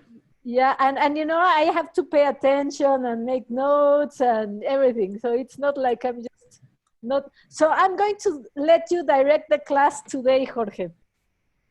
How about that? Oh, that's okay. I can do that. Good. So I'm going to explain. Okay. So hello, everybody. This is PATCO Level 1 2020 Coach Course, a workout design session at 6 p.m. And we have Fair Pass from Mexico, Nodley Wright that claims that is from Jamaica, Carlos Lopez from Mexico, and Jorge Marcos from Cuba, right? You're on mute, Jorge. I'm from Cuba, but I live in the Bahamas. Okay, so then you're representing Bahamas here. Is that correct? I'm gonna be representing Bahamas. Yeah. Perfect. So who wants to begin? Is there Carlisle Russell as well? I see. Yeah, but he's just a guest right now. Oh, because okay, he just okay. presented his work already. And the only thing, guys, is that I need you to present your work like in a very concise manner, so that we have time to discuss everything, okay? So just give us a really easy go through a swim set or a bike set or a run set or a transition set. Okay, so who wants to begin? I think that ladies first. Ladies first. Okay, so Fer goes. Okay. If she doesn't mind. Yeah, I don't mind. So I'm going to start with a swimming set. Do you have it written? Do you want to share your screen, or you can do that if you want? I cannot, because I couldn't sign in my computer, so I'm here in the iPad, and here is my. Okay. I'm sorry. Okay. No, don't worry. So then tell us all about it. Okay. So the coach, it's me. I don't have any assistant. The venue is a 50-meter swimming pool. The address is the Club Libanés. That's my club. So equipment, kicking board, paddles, maybe watch or Garmin. And the session is for a VO2 max is anaerobic lactic, and it's a swimming session. The objective is to adapt and feel a specific pace and to use oxygen more efficiently and force to swim more, again, efficiently and with a better form. The participants are triathletes from 25 to 35. So the set, first of all, is the warm-up. I wrote 400 freestyle just for warm-up. Then 4 times 50 meters kick with a board and resting like 15 seconds. Then 4 times 100 with paddles, resting also 15 seconds. And 100 with school in it. And all of this with an RPE of like 1 or 2. Then the main set is in the zone 5A. And it's 8 times 100 meters at an RPE of 8 or 9, plus a 50 meters, like it's not like rest, but it's like not that hard, with an RPE of 6 or 7. This is the main set of the VO2 max. It's the duration is about 18 minutes. And then we have a cool down of a 500 freestyle, focusing on stroke and breath control with a 3, 5, 7, 9 per 50 with an RPE of 1 or 2. And well, the key points, what information do we need? We need to know the race and the training pace of the athlete, and the zones as well, the fitness level. How do we obtain that? With tests and maybe results from races. Which elements should be present? Well, something to drink, the material for the workout, and the coach behavior. Well, I wrote, we have to explain the training session, maybe correct the swimming style and form, of course, measure time, and a very important, motivate during the set. And I think that's all I have for this set. Okay, guys, what do you think about this set? Who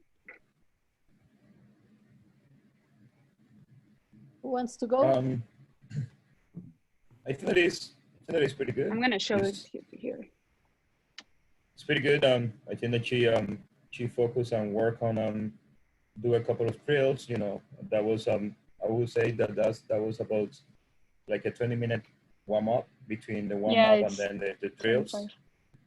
Yeah, 20-25 minutes, and then I think that it looks good to me.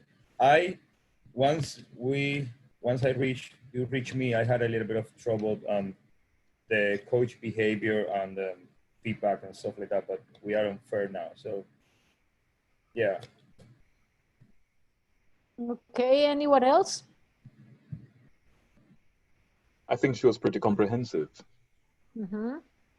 So I think there are a lot of lessons to learn from her. She sounds like a pro, as she knows. Sounds like a really good swimmer. Right, she does know what she's doing. She's very technical. She most possibly has done this set before. Yeah, I think so. have. Yeah. But it's really fun Well, and difficult. that's even better. Yeah, but I do have some comments here, Fer. It's possible that this set is too long for VO2 max. Okay. Okay, so when we know that VO2 max, we're going to be able to sustain it for 6 minutes, maybe 10. You're going to the double of it with, so you could do, for example, if you were doing this 8 times 800 meters with the 50 meters at a lower pace. Okay. Then go ahead. What were you going to say about that?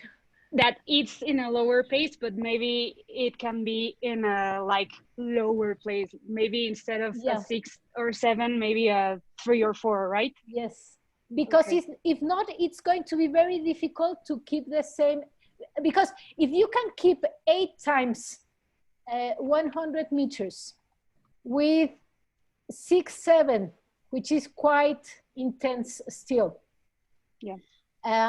A rest time that is not a rest time, then you're not going at 8 RPE, okay? Okay. So the issue is this, if you can keep, because it wouldn't be 800 meters, in the end it would be 8 plus 50, 400, 1200 meters. Above 6 RPE, then what you're telling me here is that the 8-9 is not really an 8-9. Okay. So either you rest more, you make it easier so that they will be able to go faster, or it's not 100 meters, but a shorter set that will last only like 6 minutes. Okay, perfect. Actually, I chose these zones because they are a little bit confusing for me. Yeah, so that's good.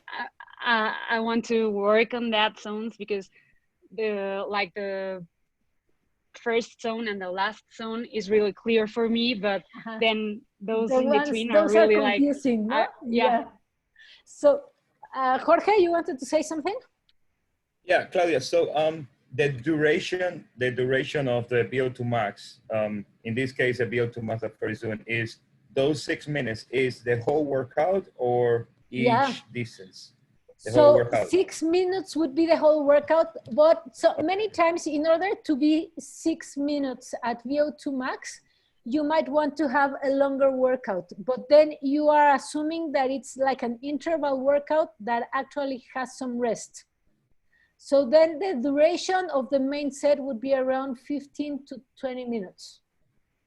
Okay. So that you will be at VO2 max. But the main problem, and this is a really common problem, is that if you do not plan either the length of the set or the rest correctly, what will happen is that instead of going to the higher intensities, they will come to the lower intensities, and then I would assume that they would be doing like the intensity at 6 and maybe touch the 7, but you will not be in VO2 max, which is quite intense. Okay. So that's one thing to be careful about, okay? So it's really good that you picked this set. It's really interesting. Anything else that you would like to ask or add to this? No, you're okay? Is it clear for everybody now where VO2 max should be? Yep, good. Yep. So who's next on cycling? Who wants to do a cycling set? I want. Okay, you go. Venga, Carlos. I think it's wrong because the thing you said right now, but I'm going to present it. Don't worry. So what's really important about this, it's not really like the set is correct or the set is wrong or everything is perfect or anything. The main objective of this class is that at the end of this class, we understand better all these training zones that are so confusing. So just go for it and it will be good. And you will tell us what do you think is wrong, okay? Perfect. Good. So this is my cycling session. The venue is indoor training. Equipment is bike smart trainer on erg mode. And the session is VO2 max. The objective is improve VO2 max capacity. So we have a 20 minutes warm up with 10 minutes in zone 1. And in the zone 1, you go a little higher to the RP3 at 80 RPM. The key points is watch your cadence and going in your correct zone all the time. The main set is 30 minutes main set. It's 5 times 3 minutes in zone 5 and then 3 minutes in zone 1. It's 3 minutes or on effort and 3 minutes on rest effort. You have to maintain your cadence in every step at 90 RPM. The coach behavior is take care that respect the correct cadence and effort in every step. And a cool down, it's going down from moderate to very easy. In zone 1, take care that you have a good cadence of 80 RPM. Okay, so what do you think was wrong? The 3 minutes, 5 times, it's going too long for a VO2 max session. Not really, because you have the 3 minutes rest and you will only be active like 15 minutes. So I think it's actually good, huh? Ah, perfect. Yeah, I actually think it's good. What do the other people think? What do you guys think? I think he's much better than he thinks he is. I think his session looks quite solid. He has it detailed out. He knows exactly what he's doing and it's instructive. What else? The only thing that I would point out, Carlos, is I think that the warm-up RPM is a little bit too low. Okay. The Yeah, cadence? it could be useful to have, for example, like higher cadence for the warm-up in order to also give them the neurological advantage of a better pedaling. Okay. Yeah. So I think that it should be anywhere between 85 to 95. Okay. And maybe even go to super cadence, like 110 or 115 or 120. And then you can even become like very skilled at pedaling. Okay, like short efforts, maybe 15 seconds or 20 seconds at 110, 120 RPM. And then they will become quite skilled at having a very loose pedaling technique. Okay. Okay. Perfect. Anything else you would like to add, Jorge? No, I think that the main set is pretty good. It looks pretty good. Yeah, the only thing that I got my attention, it was the pedaling. To be honest, the cadence. Okay. But however, on the main set, he brings them up to 90 RPM, so which is a good thing. Yep. Very good. Thank you. Very good. So the only thing that I would add, Carlos, is maybe let's talk a little bit about coach behavior. So okay.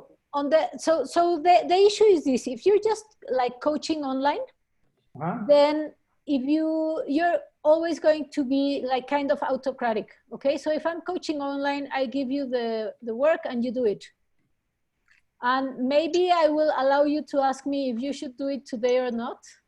Okay. If you are too tired or things are going on in your life that you really do not feel able, for example, to do a VO2 max set, which is quite intense. But if you are with the athletes, it would be a good idea to start practicing on different coaching approaches. Okay. Okay, so not just come and tell you you are going to do this, but maybe you can ask the athlete if they understand what a VO2 max effort would entail, and then let them also help on the design. And those are things that we can add to coach behavior. And this way you would give a little bit more control to the athlete. Okay. Okay, so that's really difficult to do when it's online coaching or distance coaching, but it's something that you can practice when you are coaching inside. Okay? Very good. So who wants to go now with a run workout? I'm gonna do the run. If not, it's okay with that. Yeah, go. Okay, let me share my screen.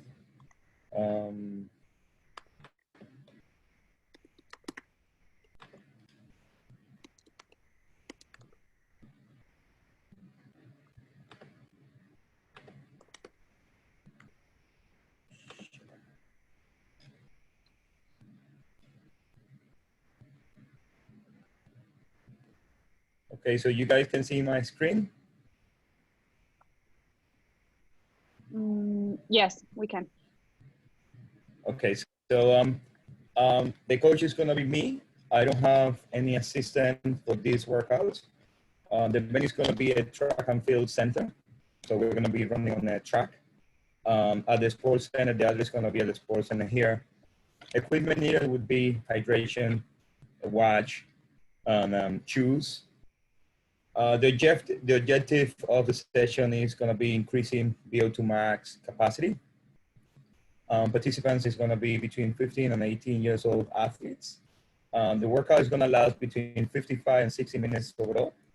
So the warm-up is going to be running drills, stretches, 10 minutes easy run between zone 1 and zone 2.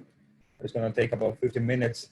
The key points is going to be the run technique.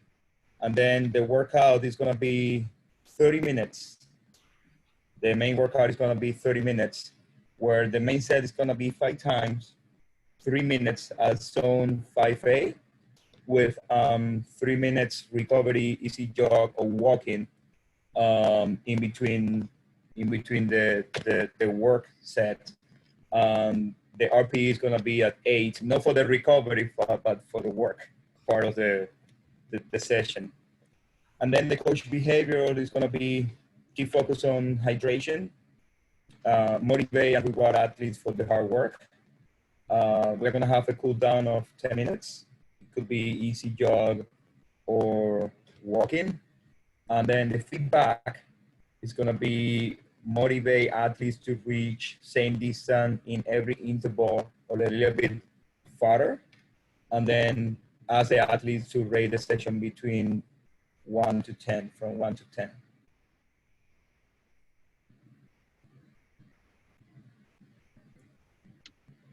Very good. It's funny. I think it's the same main set as the one that Charlie did for cycling, right? Like 5 times, 3 minutes. Like 3, exactly. Well, so, yeah, 3 minutes. Oh, really? Yeah. Well, That's yeah, funny. actually, Yeah, exactly. So I think that's that's true. So my question here would be, which of both of the workouts is going to be more stressful, the run workout or the bike workout? The run workout. I would say the run. I think the Yeah. run workout. Why?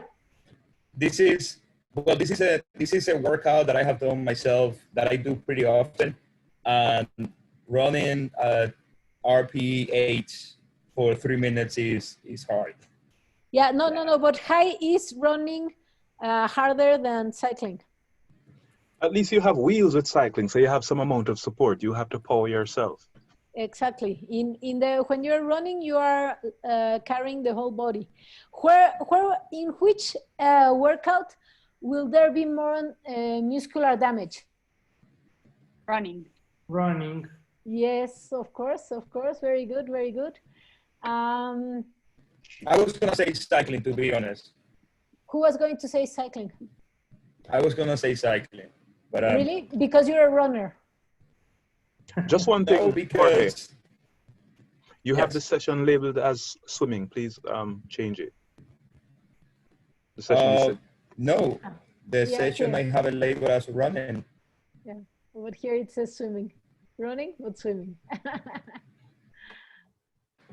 I have swimming. Okay. What are you seeing now? Because I have it on an Excel. I don't have it on. I don't have it on a Word.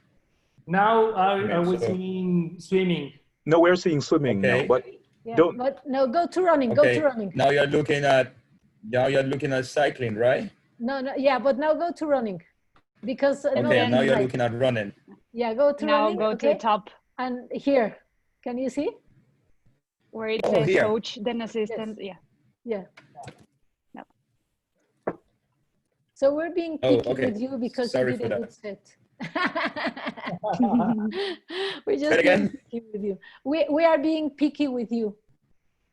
Oh no, you know what happened is that I'm not too good with Excel and Word. That is not something that I use all the time. So what I do is I copy and paste the same the same sheet, and then I just keep the same format and I change, and I that completely split off my mind. Sorry for that though. No, very good. No. It just means that you get 99%. Okay, Nodley, so now you go. What are you going to choose, Nodley? Swim, bike, or run? What do you want to do? I was going to do run, but Jorge just blew me out. I mean, after him. No, man, don't say that. I'm pretty sure that your session is pretty good too. I'm not do so the field sure, then. I'm just kidding, just joking. Do your thing, do your thing. Yeah. Can you stop sharing, Jorge? Or I stop sharing for you? That's okay. That's okay. I don't have the capacity to share right now, so I'll tell you just tell us what I have. Okay, so of course I'm looking at my sheet here. So the coach is, I'm using the name of an actual track coach. So I'm using a name, Maurice Wilson. Okay. He has far more competence than I have, so I have myself as the assistant. The venue is the University of Technology, Jamaica, and the session is running. Equipment, all you need, running shoes, shorts, socks, shirts, and a watch to time yourself. Objective is to refine technique. Participants are triathletes, age 13 to 15, people who are relatively new to the sport. So I'm not going to go deep into achieving VO2 max and stuff like that. It's just to refine technique. And I will do this after they have already done some running. So they're basically somewhat tired. And this was deliberate to get them now to focus on improving on what they just did, how to get better. So as explained before, they would have already run, so they are warm enough. So what we'll do next is to break down the running into different parts. So we're going to have them starting off by standing upright, relaxing the body, leaning forward, and so they'll have the effect of gravity. They're falling forward. They'll step out, and I'll have them do that for 4 sessions of that. I'll have about 5 athletes.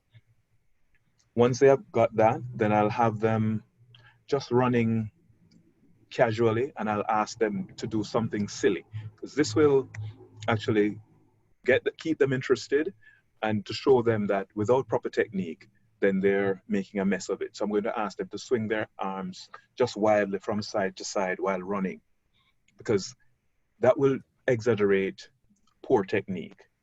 Once that is cemented in, then I now demonstrate the proper technique. And from there, so I'll have the proper arm movement, and I would have demonstrated the starting already. Then I will go on to show them butt kicks, knee lifts, and so forth. And of course, the body, the upper body will have to be upright, core engaged and tight. And then the coach, who is far more experienced than I would then take them through the action of putting it all together. And this will last for, we'll have about 3 sets of 3 minutes each. So though we have 5, we'll have them going one after the other. And they'll be looking on, along with the coach, critiquing the action, making corrections as needs be. And once they have done 3 sets of that, the coach will then outline to each athlete areas of weakness. And once that has been cemented, then we will have a session of them doing everything together, say for another 5 minutes, after which they would cool down with walking casually for 5 minutes, a light jog, that kind of a thing. So you see, Jorge, mine pales in comparison to yours. I actually liked it. So yeah, I actually creative. liked. Yeah. What do you guys think about this? What did you like I really about liked it? I think it's a different training and it's like funny, and I think the contrast always work when you do something really bad and then you correct it. I think it's I don't know, you get it really good. I try. it. Yeah. No, I think that Very is nice. really good. Very So funny. it makes it very solid in terms of coach behavior, Nodley, because you're allowing the athletes to play. You're allowing them to, as you say, do something silly that will give them a learning experience on their form. So I actually think it is really good. So, and this is really important to understand, that not all workouts in the week need to be VO2 max. Okay, if we just give VO2 max to everybody, they're going to die. And so it's so it's really good. I knew I was doing something wrong.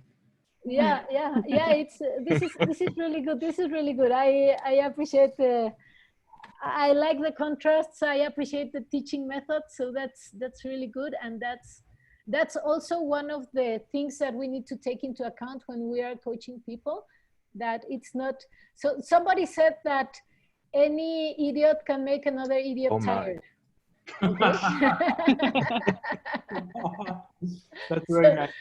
If we only give VO2 max workouts during the whole week, that's what we're doing. And we also need to have this part where the people get to think about how their form is, and they can practice it with a group or by themselves and play with it. So I think it's really cool.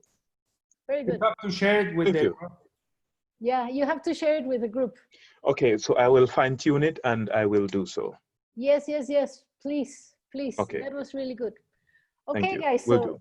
this was quite a fast session compared to all the other ones that I've been having today. So what do you think about this session? What did you like? I think it's very nice to start to building a session. Because I do a lot of sessions in all the years I have been with you, but I never think the session myself. So it's very hard. I do it a lot of sessions with you, but not, I don't do anyone. So it's very nice to start to understand the zones and purpose of the training. Okay, very good. Jorge, how do you think we could improve this session? Well, Claudia, this is I auto train myself. So this is something that I do all the time. However, putting together in a structure, I have never done it before. Sometimes I'm even, let's say I jump in the pool and I start swimming, and that's when I actually start thinking about what is going to be my workout like that day. I just always try to keep in consideration that if I had a hard cycling, running, or a hard swimming workout, the previous session. I make sure that I don't do a really hard workout again. So those how can I say, those I keep those things in consideration, right? But now to put everything under a structure is a little bit, it is a little bit better. It is a little bit more organized. But I find myself, compared to everybody else, I have a really hard time understanding what are the key points that you would focus on, or what would be the coach behavior. And maybe I'm getting it right, but when I look at whatever, like, there are some details that I miss, that I don't know if it is because honestly I don't know how to explain it, but I have a hard time with the key points and the coach behavior. Like, it took me putting the workout, the main set, the warm up, all of that together. It was pretty easy. When I reached to the key points and the coach behavior, it was kind of a little bit difficult for me to understand exactly what was the role that what I had to write down. Makes sense what I'm trying to say? Yes, and you know, it's a recurring issue. It's not easy. So I'm going to share my screen so that I may annotate a little bit here. And see, can you see my screen now? Yes? Yeah. Yes. Okay, so on this side, we have, if we're talking about coach behavior, coach behavior. Hopefully I wrote that. On this side, we have autocratic. And on this side, we have democratic. Okay, so what happens is this. If I am being an autocratic coach, I just give you the task that you need to do, okay? And that's it. And you don't ask anything about the athletes. You just you plan a task, you give the task, you stick to the plan, and that's it. On the other side, on a democratic coach, you allow the athletes to guide your session. Okay? So that's a complete different approach. You usually want to be autocratic when safety is involved. Okay, so for example, if you have new athletes and you're swimming in open water, you want to be the most autocratic coach in the world. You want to set the rules, explain what everybody's going to do, and you want to have full control of the session. Okay, but when you have a different kind of session, and one might be, for example, your lovely VO2 max, you might allow the athletes to decide for themselves on how they want to tackle the session. And it's a little bit like this class. So if I were to be a very autocratic teacher, what I would have done today is bring out my PowerPoint, you sit down for an hour, and you listen to me speaking on a PowerPoint.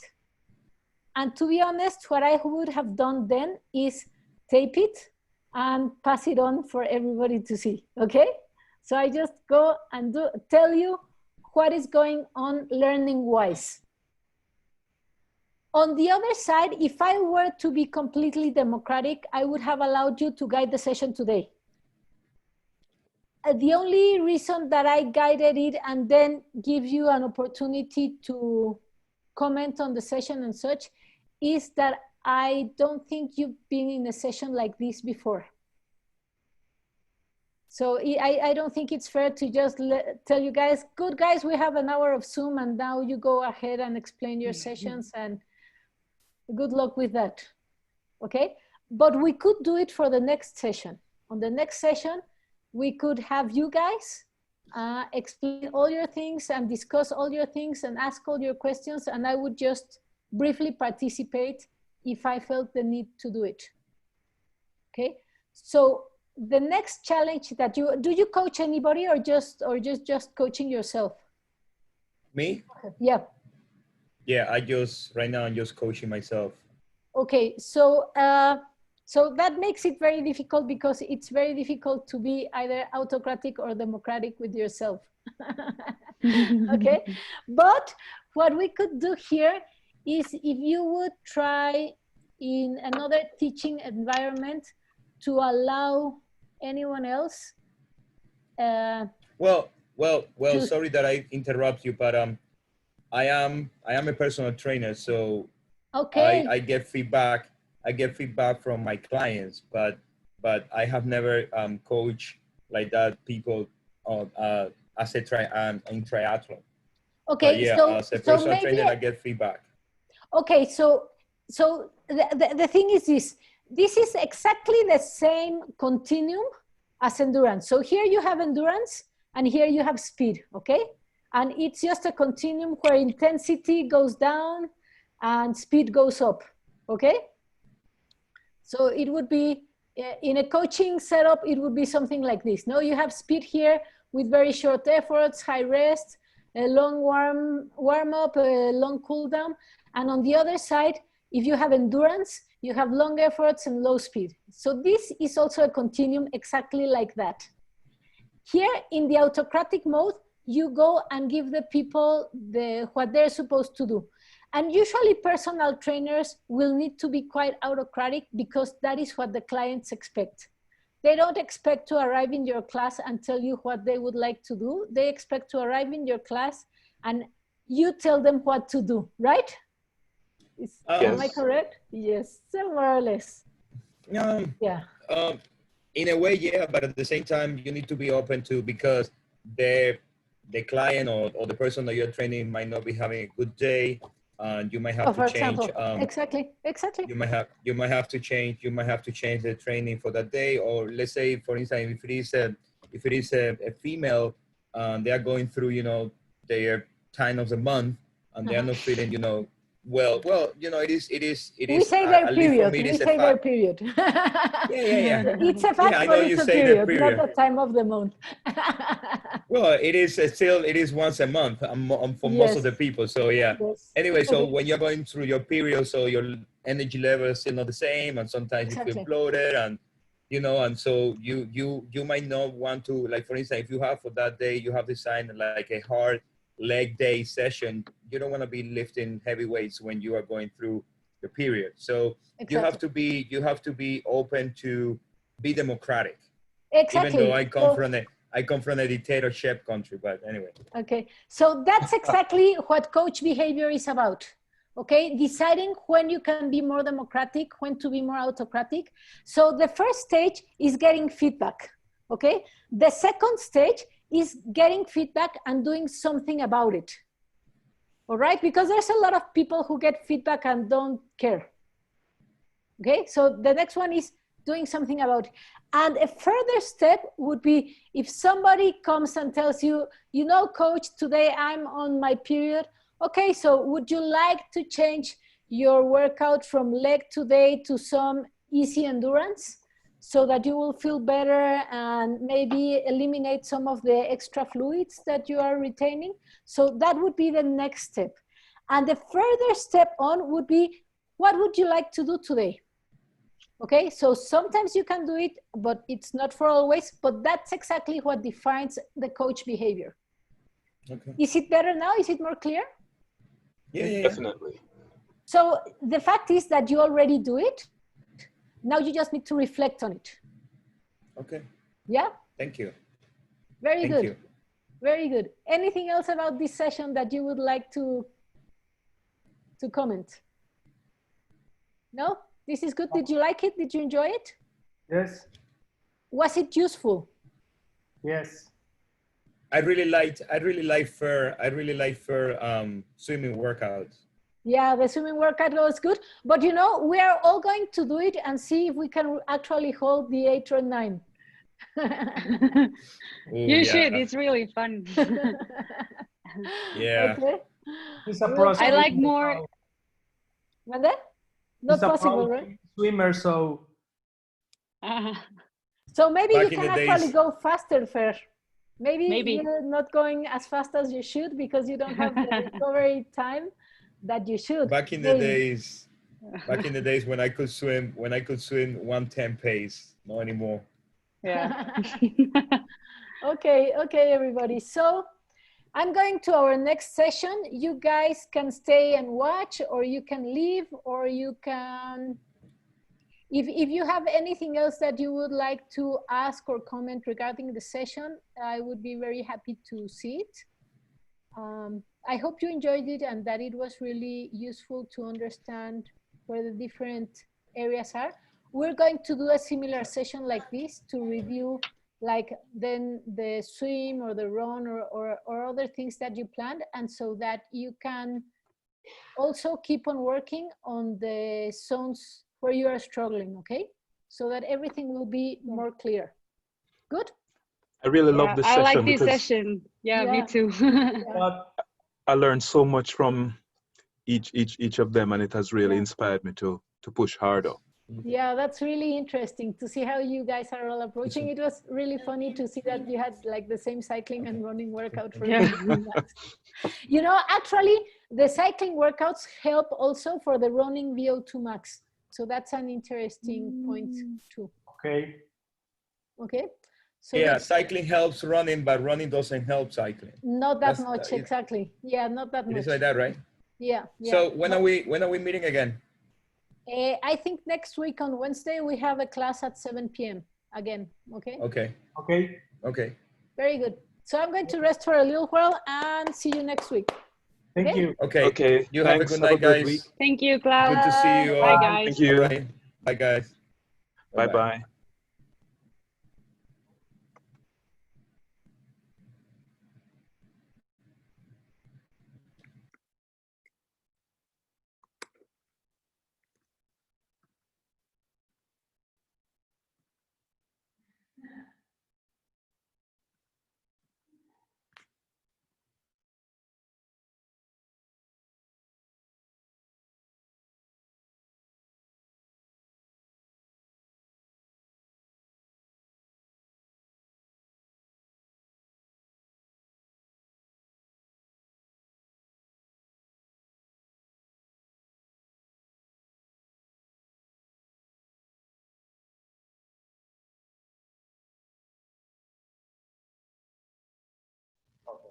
So this is the PATCO 2020 Level 1 Coach Course workout design session. This is our last session at 7 p.m.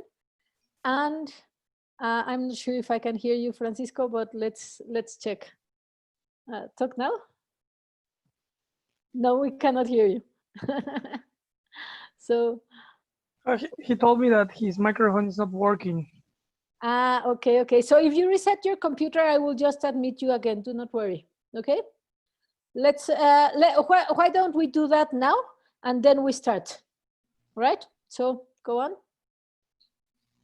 So you are going to be starting with swimming. Really good. Okay. So now we can hear you. Can you talk? Hola. Yeah. Yes. Success. Very good. Okay. So Scott is going to start with swimming, okay? So go ahead, Scott. Sorry, Marlon, right? Yeah, Marlon. Okay, so today's exercise is going to be swimming. My name, guys, Coach Scott. My assistant coach today with me would be Coach Paul Blue. We're going to be swimming at GDM Pool. That's a local pool here in Trinidad. The address is Queen Anne Road, Pinal.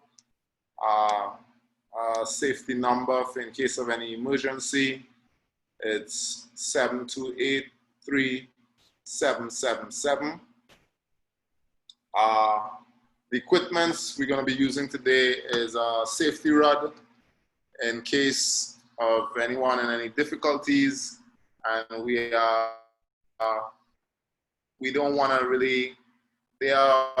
All the athletes today, they can swim already, but sometimes because of some of the drills, they might be a little tired. We don't want to just jump in and help them. If it's something that we can just put the rod forward to assist them, we would do so. So we're going to be using a safety rod, goggles, swim caps, kickboard, fins, stop clock, and also a mat. Okay. The objective of this exercise today is to build endurance. The participants, it's just going to be 2 persons, 2 athletes. Before we start any exercise, one of the main things that myself and the coach, my assistant coach, will look for is safety, making sure that the water, whatever chemical level, we will touch base with the pool coordinator, person who cleans the pool, make sure all the chemical levels are correct, make sure there's no moss at the side of the pool, nothing for the kids to slip on. I practically do a thorough safety check to make sure that everything is safe before we enter into the pool.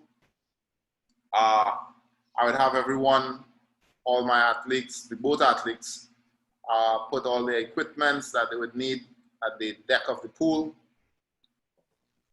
Once that is done, everyone will practice proper hygiene, go to the showers, rinse off before they get into the pool, put on their safety caps, and all the necessary tools that they would need.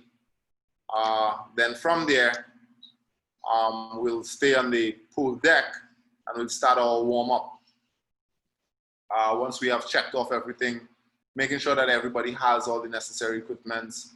If anybody forget anything home or anything like that, we would see how best, as coaches, we always have backup and certain stuff. But we're also going to put that in our notes to remember to talk to them about that after training if anyone forgot anything, because at that age, 12 to 14, that I'm dealing with, they should know discipline. We should be practicing, teaching them about discipline, as well as the importance of being aware of what they need for swimming and being ready to come to swimming with all their necessary tools. Once that is done, we'll start our warm-up. Today's warm-up, we're going to do some on-land stretches on the deck, and then after we're going to continue that warm-up into the pool. So we're going to start with our flex, tension, neck stretch. Practically, you just put one side here, next side here, getting that stretch in the neck. Then after we're going to do reverse shoulder stretch. That's where you put your hands to the back and you stretch. Wait a second, Scott. We remember that we need to be concise because we only have an hour for the whole of us. Okay, so just go a bit faster all the way to the main set, okay? Okay, so I don't need to. So No, just like a summary of what we are doing.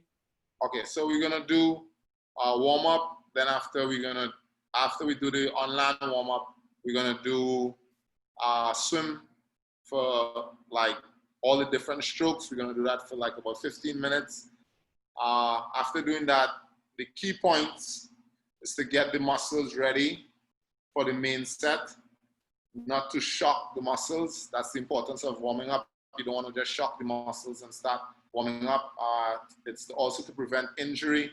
It's also to have the blood vessels dilate to put less stress on the heart. It's also to increase the range of motion. That's the key points for warming up. So we go straight into the main set. So we're gonna do 500s, 3 500s. I'm gonna repeat that with 45 minutes rest. So we're gonna do 3 to 4 reps of 500. So we're gonna do that 3 times. That's 1 rep, that's 1 set. And we're gonna do that 4 times with 45 minutes rest. And we are trying to keep the stroke per minute between 75 to 80 stroke. And that's it for the main set. The coach's behavior, I'll be looking for all safety factors and proper form and motivation. So I'll be motivating the athletes while myself and my assistant coach, we are taking notes and looking for proper form, as well as always keeping our eyes open for safety. That's one of the main factors that we will be focused on, right? Then from there, we're gonna, after the main set is finished, after all the reps is done successfully, after each rep, we're gonna, within that 45 seconds, make sure that they catch their breath properly, give them some what I like to call drop, where they go down, breathe and just pop back up, make sure they catch their breath before they go again. After that is done, we're gonna do we're gonna cool down with freestyle, just nice, relaxed, 10 minutes freestyle. Once that is done, we're gonna move on to the feedbacks. I'm gonna ask the athletes how they feel, if any pain, if anybody is what are some of their discomforts, what are some of the challenges that they would have had while doing the exercise. I'm gonna take notes of that.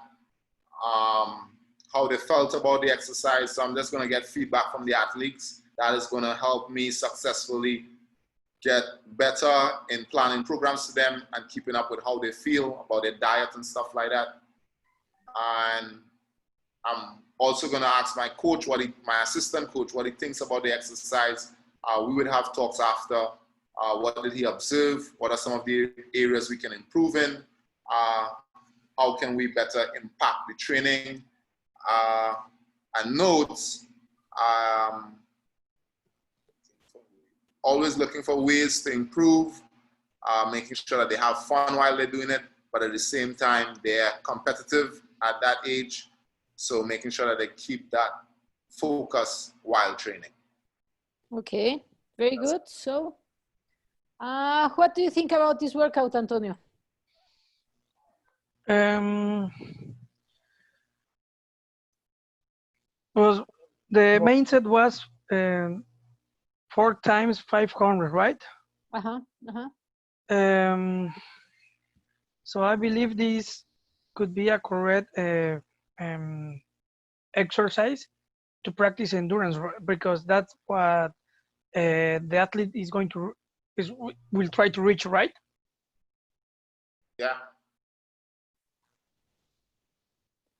Okay, do you feel that it might be a bit long for 12 to 14-year-olds? Mostly 14-year-olds might be okay, but I mean that info. I believe that, yes, if this main set is for a kid between 12 and 14 years old, I think it's a little long. I thought it was for a age grouper. No, it's for 12 to 14 years old. I think that it should be shorter. Yeah, because we're talking about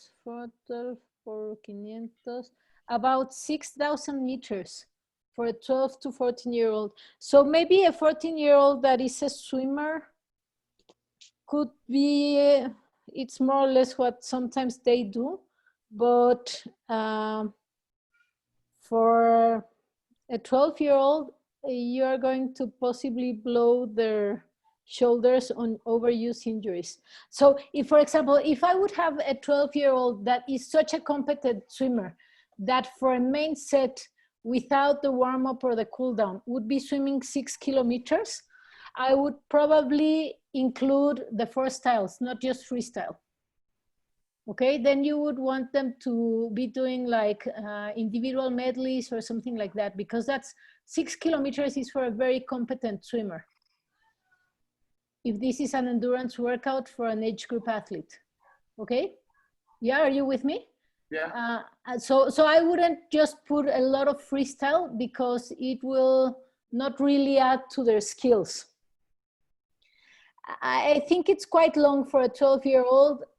14-year-old that has a good history of a lot of swimming, it might be okay, but then I would add a lot of things that are specific for triathlon, like sighting, drafting, swimming in a group.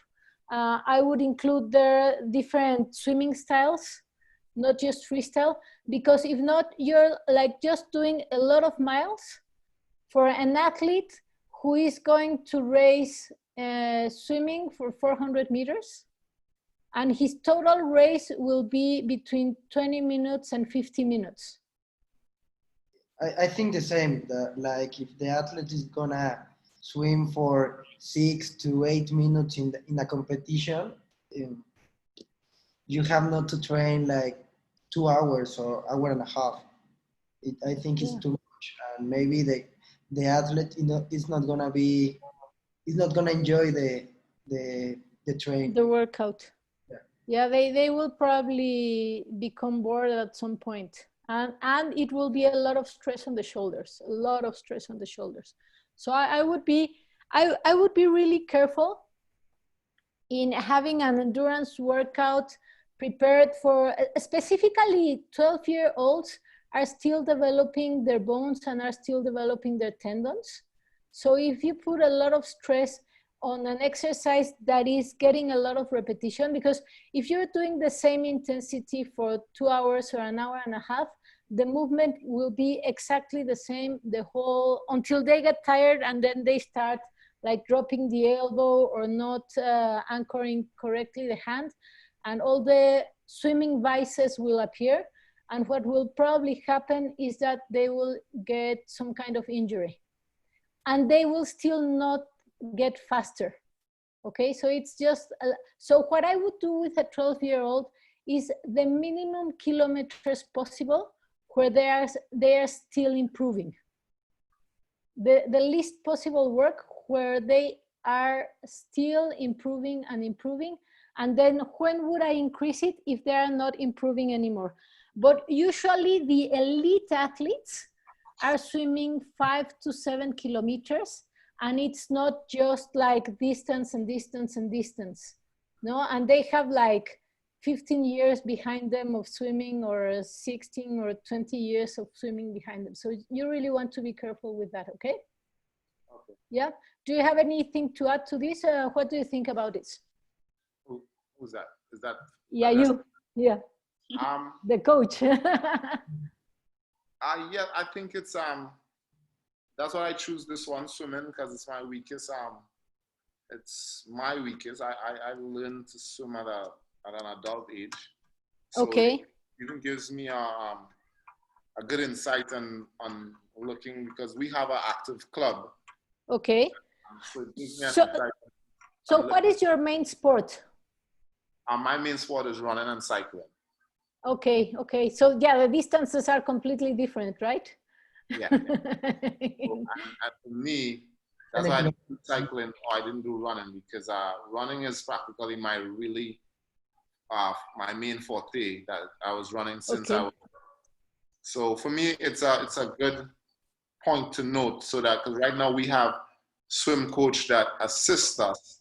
So so now I can at least get some better insight, because most of our athletes, some of our senior athletes, that's their age group. The oldest person in our club is 15 years. Okay, okay. Yeah, so you want to make sure that that the distance is not as long, and that you keep the workouts quite specific to triathlon, especially now that you are going to be able to have the mixed relays, where you have an opportunity to have junior athletes racing with elite athletes and under 23s and make a really good team. What you need is to have really fast juniors swimming the 300 meters. Okay, so you really do not need 6 kilometers of slow swimming for a junior that is going to need to swim fast 300 meters or 400 meters. Okay, yeah. Very good. So who wants to go now with cycling? You go, Vas. Yeah, I take it. Okay. Oh, the name of the coach is Jose Antonio Delfin. I don't have an assistant. What I am going to teach is an endurance training. What I am looking for the athlete is to increase the capacity to ride a considerable volume in one session. So the name of the athlete is Juan Lopez. Okay. And What I'm sorry about that noise. Is my nephew is knocking the Don't door. worry, don't worry, don't worry. I have the dogs coming in on 5, so don't worry. Sorry.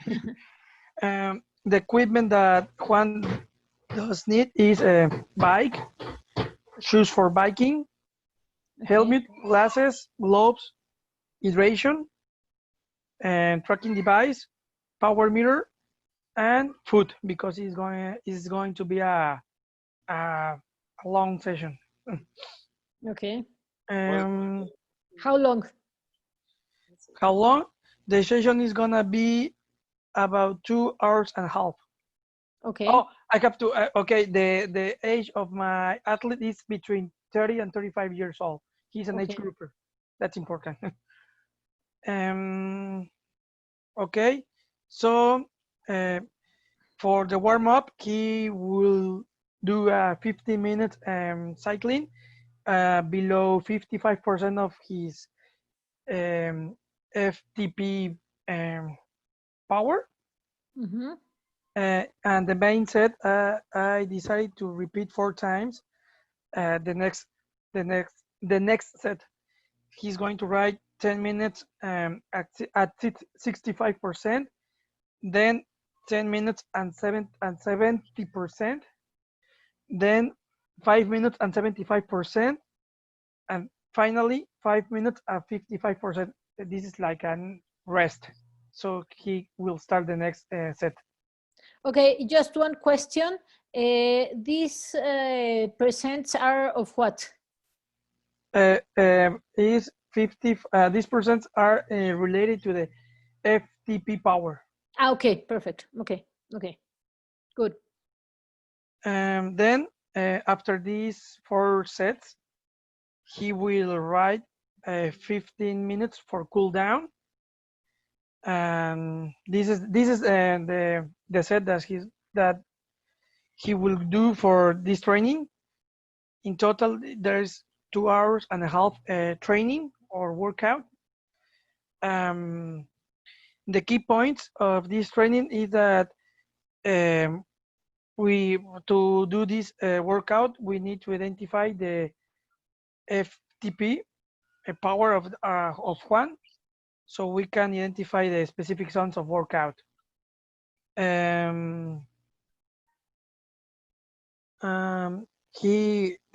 has to send me the FTP test, so I can give him the zone that he have to work out. Okay.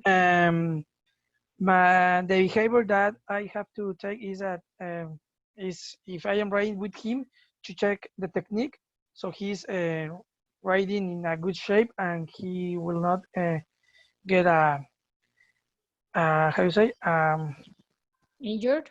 an injury, right? Okay. Also, he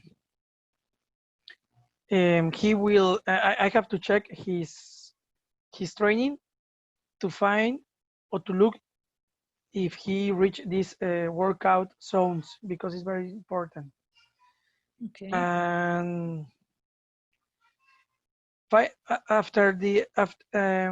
he ends this workout, I would like to talk to him, and he has to share me how did he feel, and also give him the good points that he worked and what does he need to improve. Okay. So what do you think about this workout, Scott? Marlon. Which one of the Scott? Is it me? Yeah, you, Marlon. Sorry, Marlon. Yes, sorry. Right. I wanted to ask, you said that you were doing endurance. He was doing endurance. Yes. Right. And I wanted to, because I didn't want to forget what I was going to ask. I think I remember. So you said he's riding for 2 hours. 2 hours and a half. But you broke it up into sets? Yes, but these sets are going to be between zone 2 and zone 3. These are the zones that we have to work out to reach an endurance training. Okay, when you say, okay, so explain for me, when you say you break it up into zones, into sets, is it that he's going to be resting after a set? Is it that he's just going to ride for the 2 hours completely? Oh, he's going to ride without resting, without stopping. We're stopping Okay. 2 hours and a half. But between those 4 sets, he has like a 5 minutes periods of riding in a low frequency, so he can recover but not stopping. Okay. All right. So it's like active recovery. Exactly. Okay. I'm a bit, Claudia, I don't know if you can probably answer that. Well, of course you can answer that for me. Possibly not. When you're riding, what zones are you using for the whole? In the main set, he's using zone 2 and 3. Okay. Okay, cool. It is between 65 and 75% of the FTP power. Okay. And well, okay, that clears up my question.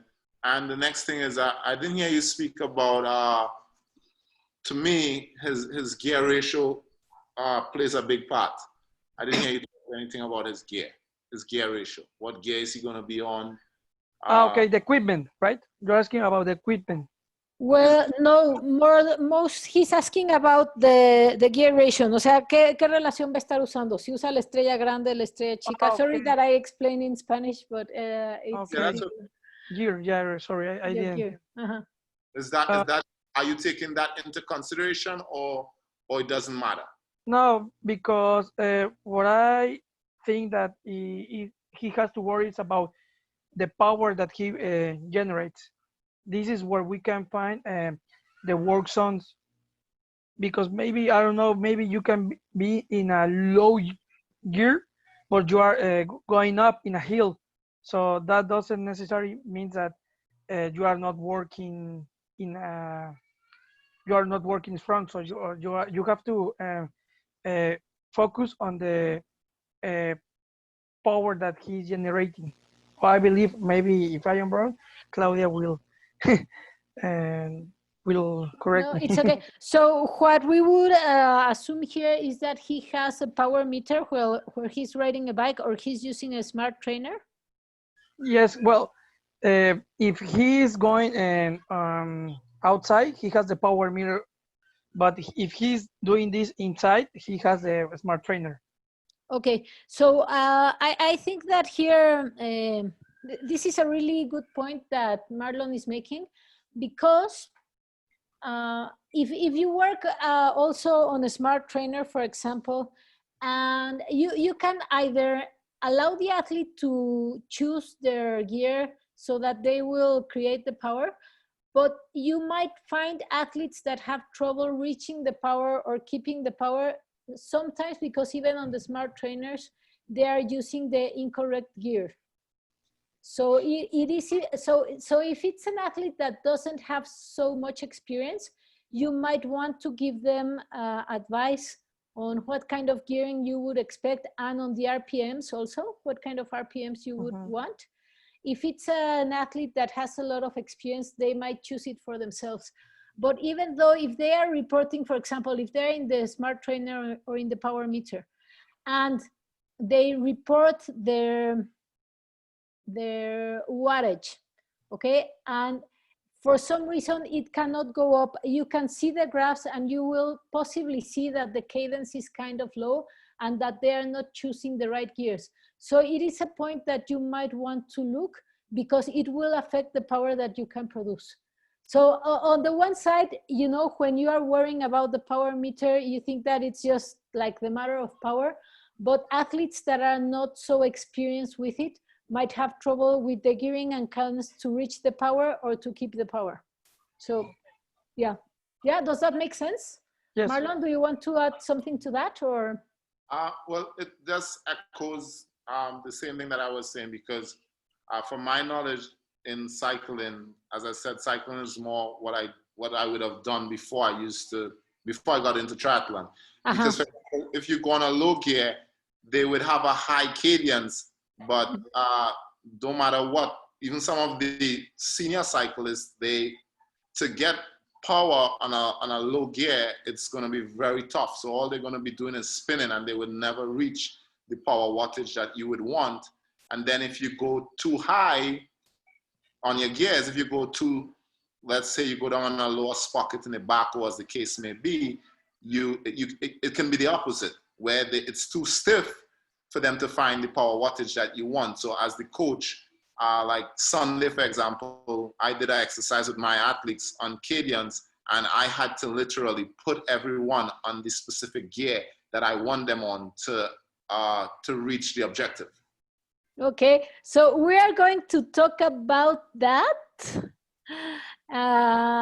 when we address at the very end Scott behavior, because there's also some things that we can do about that from what you said on your session. But I think hold on to this thought, because it's really interesting, all of this. Okay, so who wants to go now with running? Paco, you go? Yeah, me, the last one. No, we still have Marisa. They are just sharing their internet, but they're not sharing the work. Okay. Marisa, do you want running? No, I would actually want to go through swimming. I think that is the area I'd probably want the most assistance. Okay, right. So go for running, Paco, and then Marisa goes for swimming. All right, I go for running. Okay. I'm gonna talk about my athlete. It's a 20 years old athlete that used to be a competitive junior. And he went to college, he went to the university, and he didn't practice in like 5 or 6 years. So he used to be competitive, but he's not now, and he's coming back. He wants to do a sprint triathlon. Okay. All right, coach, of course, Francisco. Venue, I'm putting Veracruz. I don't have an assistant coach, and the objective of this practice is zone 4. He wants to gain some speed so he can be competitive at the sprint triathlon. So it would be like the O2 max, right? Yeah. Are we talking about that? Okay, so go for it. All right. The time of the train is 40 minutes. Okay. 45, sorry. All right, so we start with 15 minutes of warming up, 10 minutes running at 50% of his capacity, and then 5 minutes of stretching. All right, the key points of this is to be prepared for the main exercise, and then he has to do 5 times 1 kilometer at 70% of his capacity, and he has to rest 1 minute in each kilometer. And that 1 minute, he has to be an active recovery, so he has to keep walking or something, and then start again. The key objective is like gain speed, like be faster for the sprint triathlon, and then the cool down is 10 minutes at 50% and 2 minutes at 25% is like walking, and that's it. After the practice, he has to stretch, and we have to talk about his technique, how he felt, and see how his pulse is. I don't know if that heart rate, the heart rate. Yeah. Okay. So Marisa, you are going to tell us what do you think about this set, because I haven't really heard from you. I think it's good. In terms of preparation to get back into sprint, I think the main set is actually good. The active recovery was important for that quick of a race. the entire thing was 45, right? Yeah, 45 45 minutes.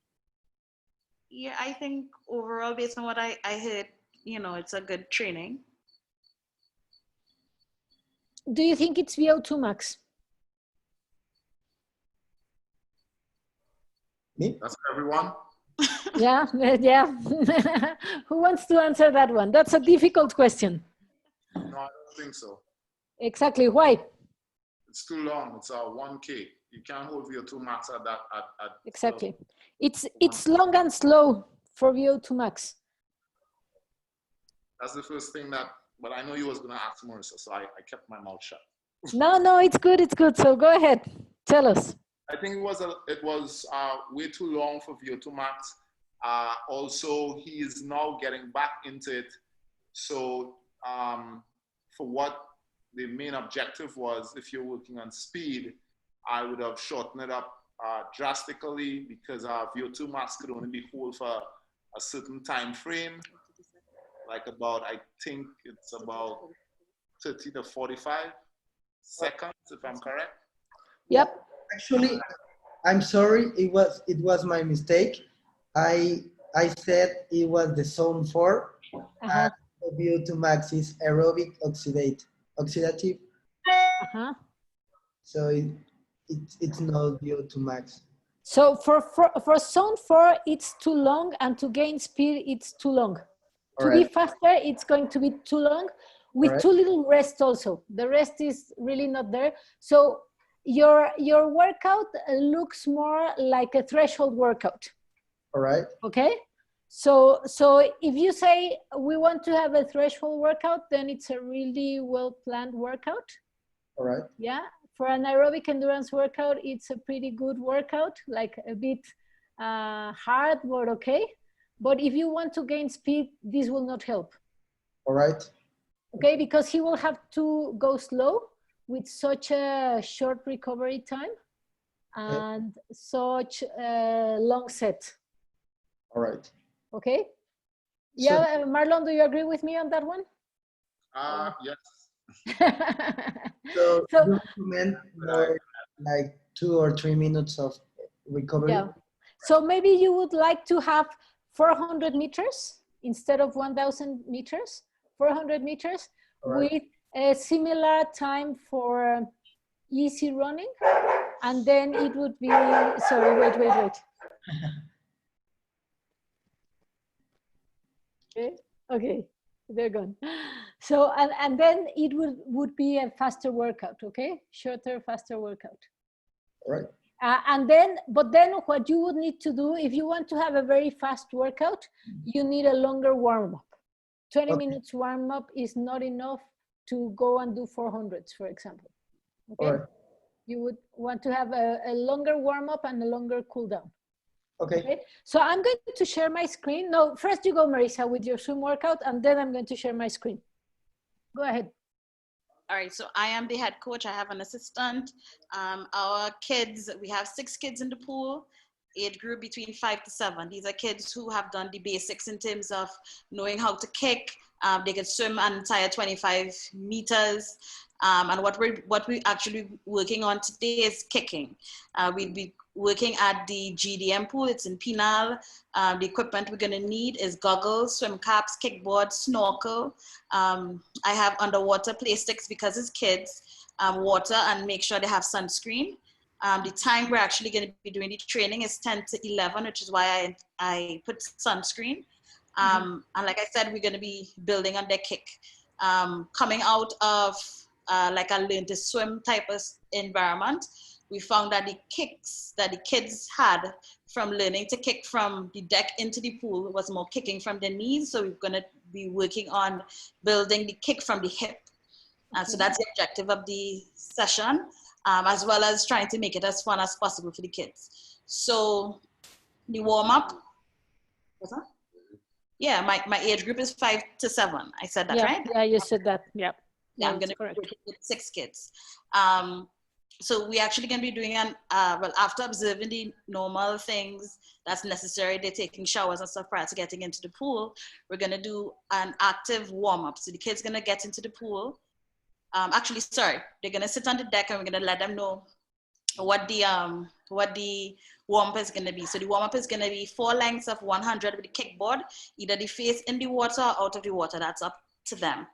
And then we're going to move on also in the warm up to 4 lengths, which is going to be 100 meters of freestyle, and we're going to be going slow. The pace is going to be at the slowest kid, right? And after each set, we're going to be resting for about 30 seconds. That rest could be adjusted based on the breathing of the kids when they get back to the wall. So if we find the kids are breathing still too heavy, we'd adjust the length of the rest, right? And after every set, we'd encourage them to hydrate because of the time of the day, make sure they get their water in. So moving on to the main set, it's going to be a lot of drills because, like I said, we're going to be working on kicks. So we're going to be using the kickboard. We're going to have 4 sets of 25.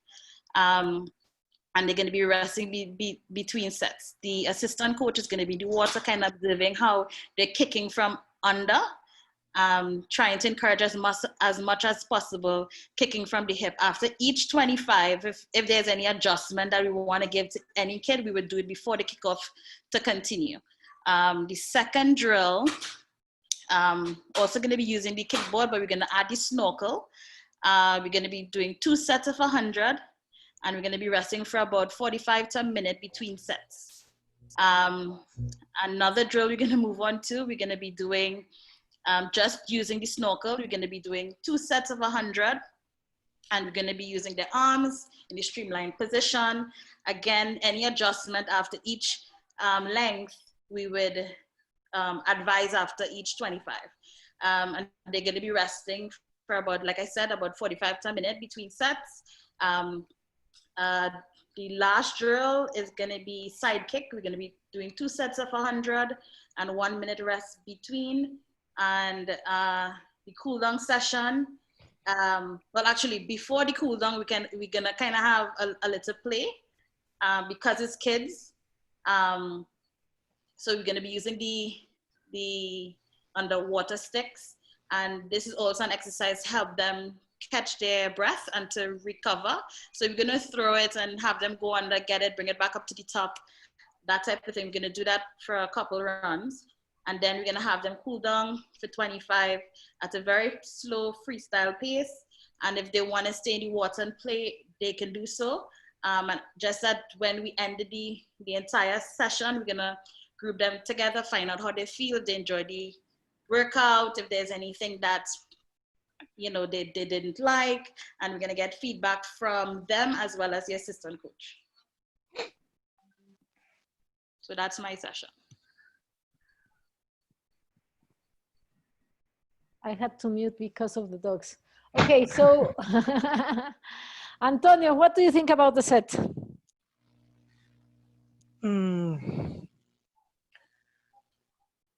If I remember, the sets were for about 400 meters, right? 400 meters, yeah. Okay.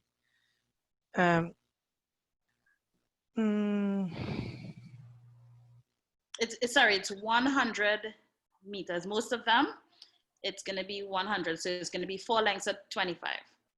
Oh, okay. I think the distance this is for kids, right? So I think this distance is correct because the kids, they are not going to swim for a long distance. They're just learning how to swim. Yeah, they're learning how to kick, so yes. Me too. I think it's important because when you try to learn and you are like 20, 25, 30 years old, nobody explains you how to kick. So it's a good way to It's a good thing. It's a good way to swimming, and it's a good distance because they are going to enjoy it and they're going to be able to do it and don't get hurt. What would you add additional so that it is fun? It is fun and I like the sticks, but what could you add to make it a little bit more fun or more play or more games for the kids? Well, I was actually,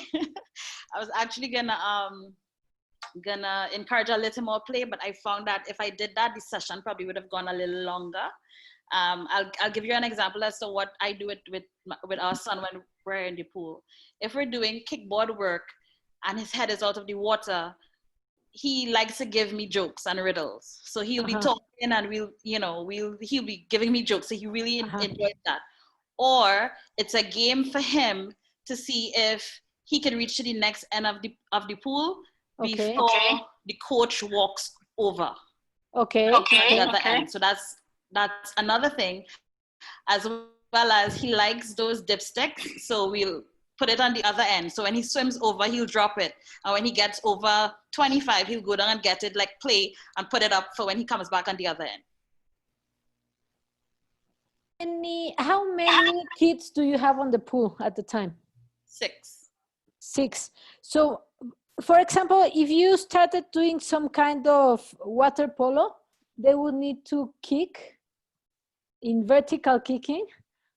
Or breaststroke, and then they would be playing, and then you can extend a little bit more the session, and they will need to go after the ball. They will need to sight, so they will learn a lot of things that are very related to open water, and it can also be a game. So you can do some of the drills and mix them with a fast water polo, like fast football. Okay. 3 against 3, or you can also, if you want them, for example, to do a kick from the hip that is very quiet, you can do this Marco Polo game where someone goes Marco and another one is blindfolded and needs to go looking for them. So that would help also. So maybe try to find some games on the internet so that you can include team sports in individual sports, and that will always help the mood of your team. Okay? Great. So what I wanted to say here regarding coach behavior is the following. I wanted to touch on 2 things. Let's share my screen, and I wanted you guys to see this. Let's share. Okay, so this will probably clear up a couple of things regarding how do we decide which set do we want, and this is very easy. Okay. So we have a continuum where speed is on this side of the continuum and endurance is on this side on the continuum. And that works for all our endurance sports, okay? This works for swim, bike, and run. We have speed here, endurance here, and just, the velocity drops down and the amount of time doing something goes up, okay? So let me write here. This is higher velocity, and then this is higher time.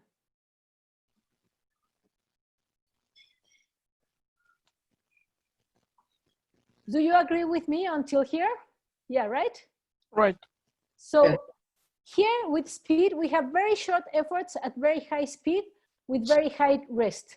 And the reason for this is so that you can keep the speed, okay? In endurance, you have very long efforts at low speed with short rests so that you keep on doing endurance. All right? Is this good? Yeah. On endurance, you have a short warm-up and a short cool-down. You don't need it because the speed is going to be slow anyway. So you really do not need a long warm-up and a long cool-down. For speed, you need a very long warm-up and a very long cool-down so that your body is ready to do a higher velocity. Okay? Still with me here? Yeah. So VO2 max is very close to a higher speed. It's closer to the higher speed and the higher velocity than to endurance, okay? These are efforts of around 6 minutes, and you can train on them for around 15 minutes tops. You don't need to be on zone more than that. And 15 minutes would be if it were interval training with some rests, so that you can keep the speed needed to maintain a VO2 max effort, all right? So for higher velocity, you will not be working longer than 2 or 3 minutes in sets of 10 seconds to 15 seconds because longer sets will make you a slower athlete. Is this good? Yeah? So power and speed are around here, and endurance, it should be around 16 minutes or more, except if you are going for the, so for example, if you want to do a 60-minute endurance set with a 12-year-old, probably a couple of times of 800s where you mix things like cycling, a little bit of water polo swimming, group swimming, maybe breathing for both of the sides, alternating styles, you will have a better workout with more skills than if you just give them a lot of meters and nothing in there, okay? On the other hand, if you want to have speed, you want it to be short and sweet. Because even if it's an ex-elite athlete, they will have a lot of trouble doing very long things for a very long time. Yeah, does this make everything more clear? Yep. It does, yeah. Good, perfect. And the other thing on coach behavior. So Marlon, if you are coaching 12 to 14 years old and you are going to provide equipment for them every time they forget the equipment, what are you doing with those 12 to 14 years old? You're not teaching them to be independent. You're not teaching them to be responsible. With that, I would say that, believe me, I don't do it regular, but the reason why sometimes I probably didn't say that there, what I would do is, yes, we'd always have extra, but if you do forget it, you would have some sort of discipline behind it. That I would lend you because I would want you to train, but you would have something to do, either write something for me or you would have some sort of disciplinary action behind it. So, you know, I worked with 12 to 14 years old for a lot of years. And one big issue is that they would forget their helmets, their bike helmets. Okay. And so they would want to send their moms back to fetch their helmets for them. But we live in Mexico City and that's a 30-minute drive in traffic that you don't want to do. So what we ended up having is, if you forget your helmet, instead of cycling, you run. And because we cannot take care of your bike, you will have to run with your bike. And nobody ever forgot their helmet more than once, okay? Because it's boring and stupid.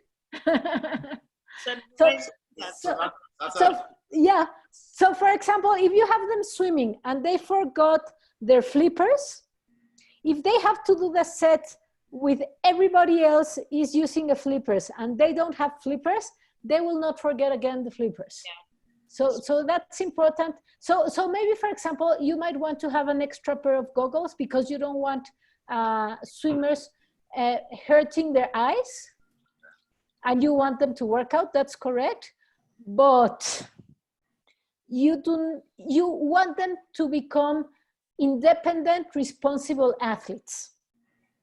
And that's a very important thing, because if not, you have dependent, irresponsible athletes when they are 24 or 25 years of age. And you really do not want to go there. Sorry. Okay? So that's so on one side, I see that as a coach, you have a very caring behavior and that's really good. But on the other side, you need to learn to let go and help your athletes become independent so that they can go to a race by themselves and be successful. Okay? If not, you're going to be their nanny for the rest of your life, and that's not healthy for you or them. Anything that you guys want to add regarding this? No? So it was very well tight-knit, and the explanation that you give, it cleared up a lot of stuff for me, especially in swimming. Okay. So I'm just soaking in all that you're giving us. Okay. Did you like the way that you reflected on how every one of you is building their sets in a different manner? Yeah. Yeah. Was that useful? Yes. Yes, very. Okay, to clear up a little bit of the concepts of where I'm going to do a different zone, or have more rest or less rest or stuff like that? Yeah. Yeah. Were you expecting a session like this, or was this different to what you were expecting? I was expecting presenting all of them, swimming, biking, and running. Yeah. Yeah, I we will go to the other sessions that you prepared, don't worry, but we cannot have like 4-hour sessions. Yeah. No, but if you see you can now go back and review the other sessions and see what you can improve on them or how you can work on them. And then we will have another session like this so that we can again touch on what we're doing and how we're doing it, and more important, why we're doing it. Okay? Which is like the objective in the end. Yeah. Very good. So thank you all. Thank you. Thank you. Claudia, do we have to send you this? No, you keep it and we will have another session like this to review again, okay? All right. So you keep it with you. And you know, you can write notes and see if you can change something, or yeah, work on it if you feel that you need to, or just leave it like that if you want. But we'll have another session like this where we will discuss a different set that you planned. All right. Okay? Okay. Very good. So thank you all. Okay, have a good one. It was great. Have a good night. Bye. Everybody have a good rest. Bye. Bye. Bye. Bye.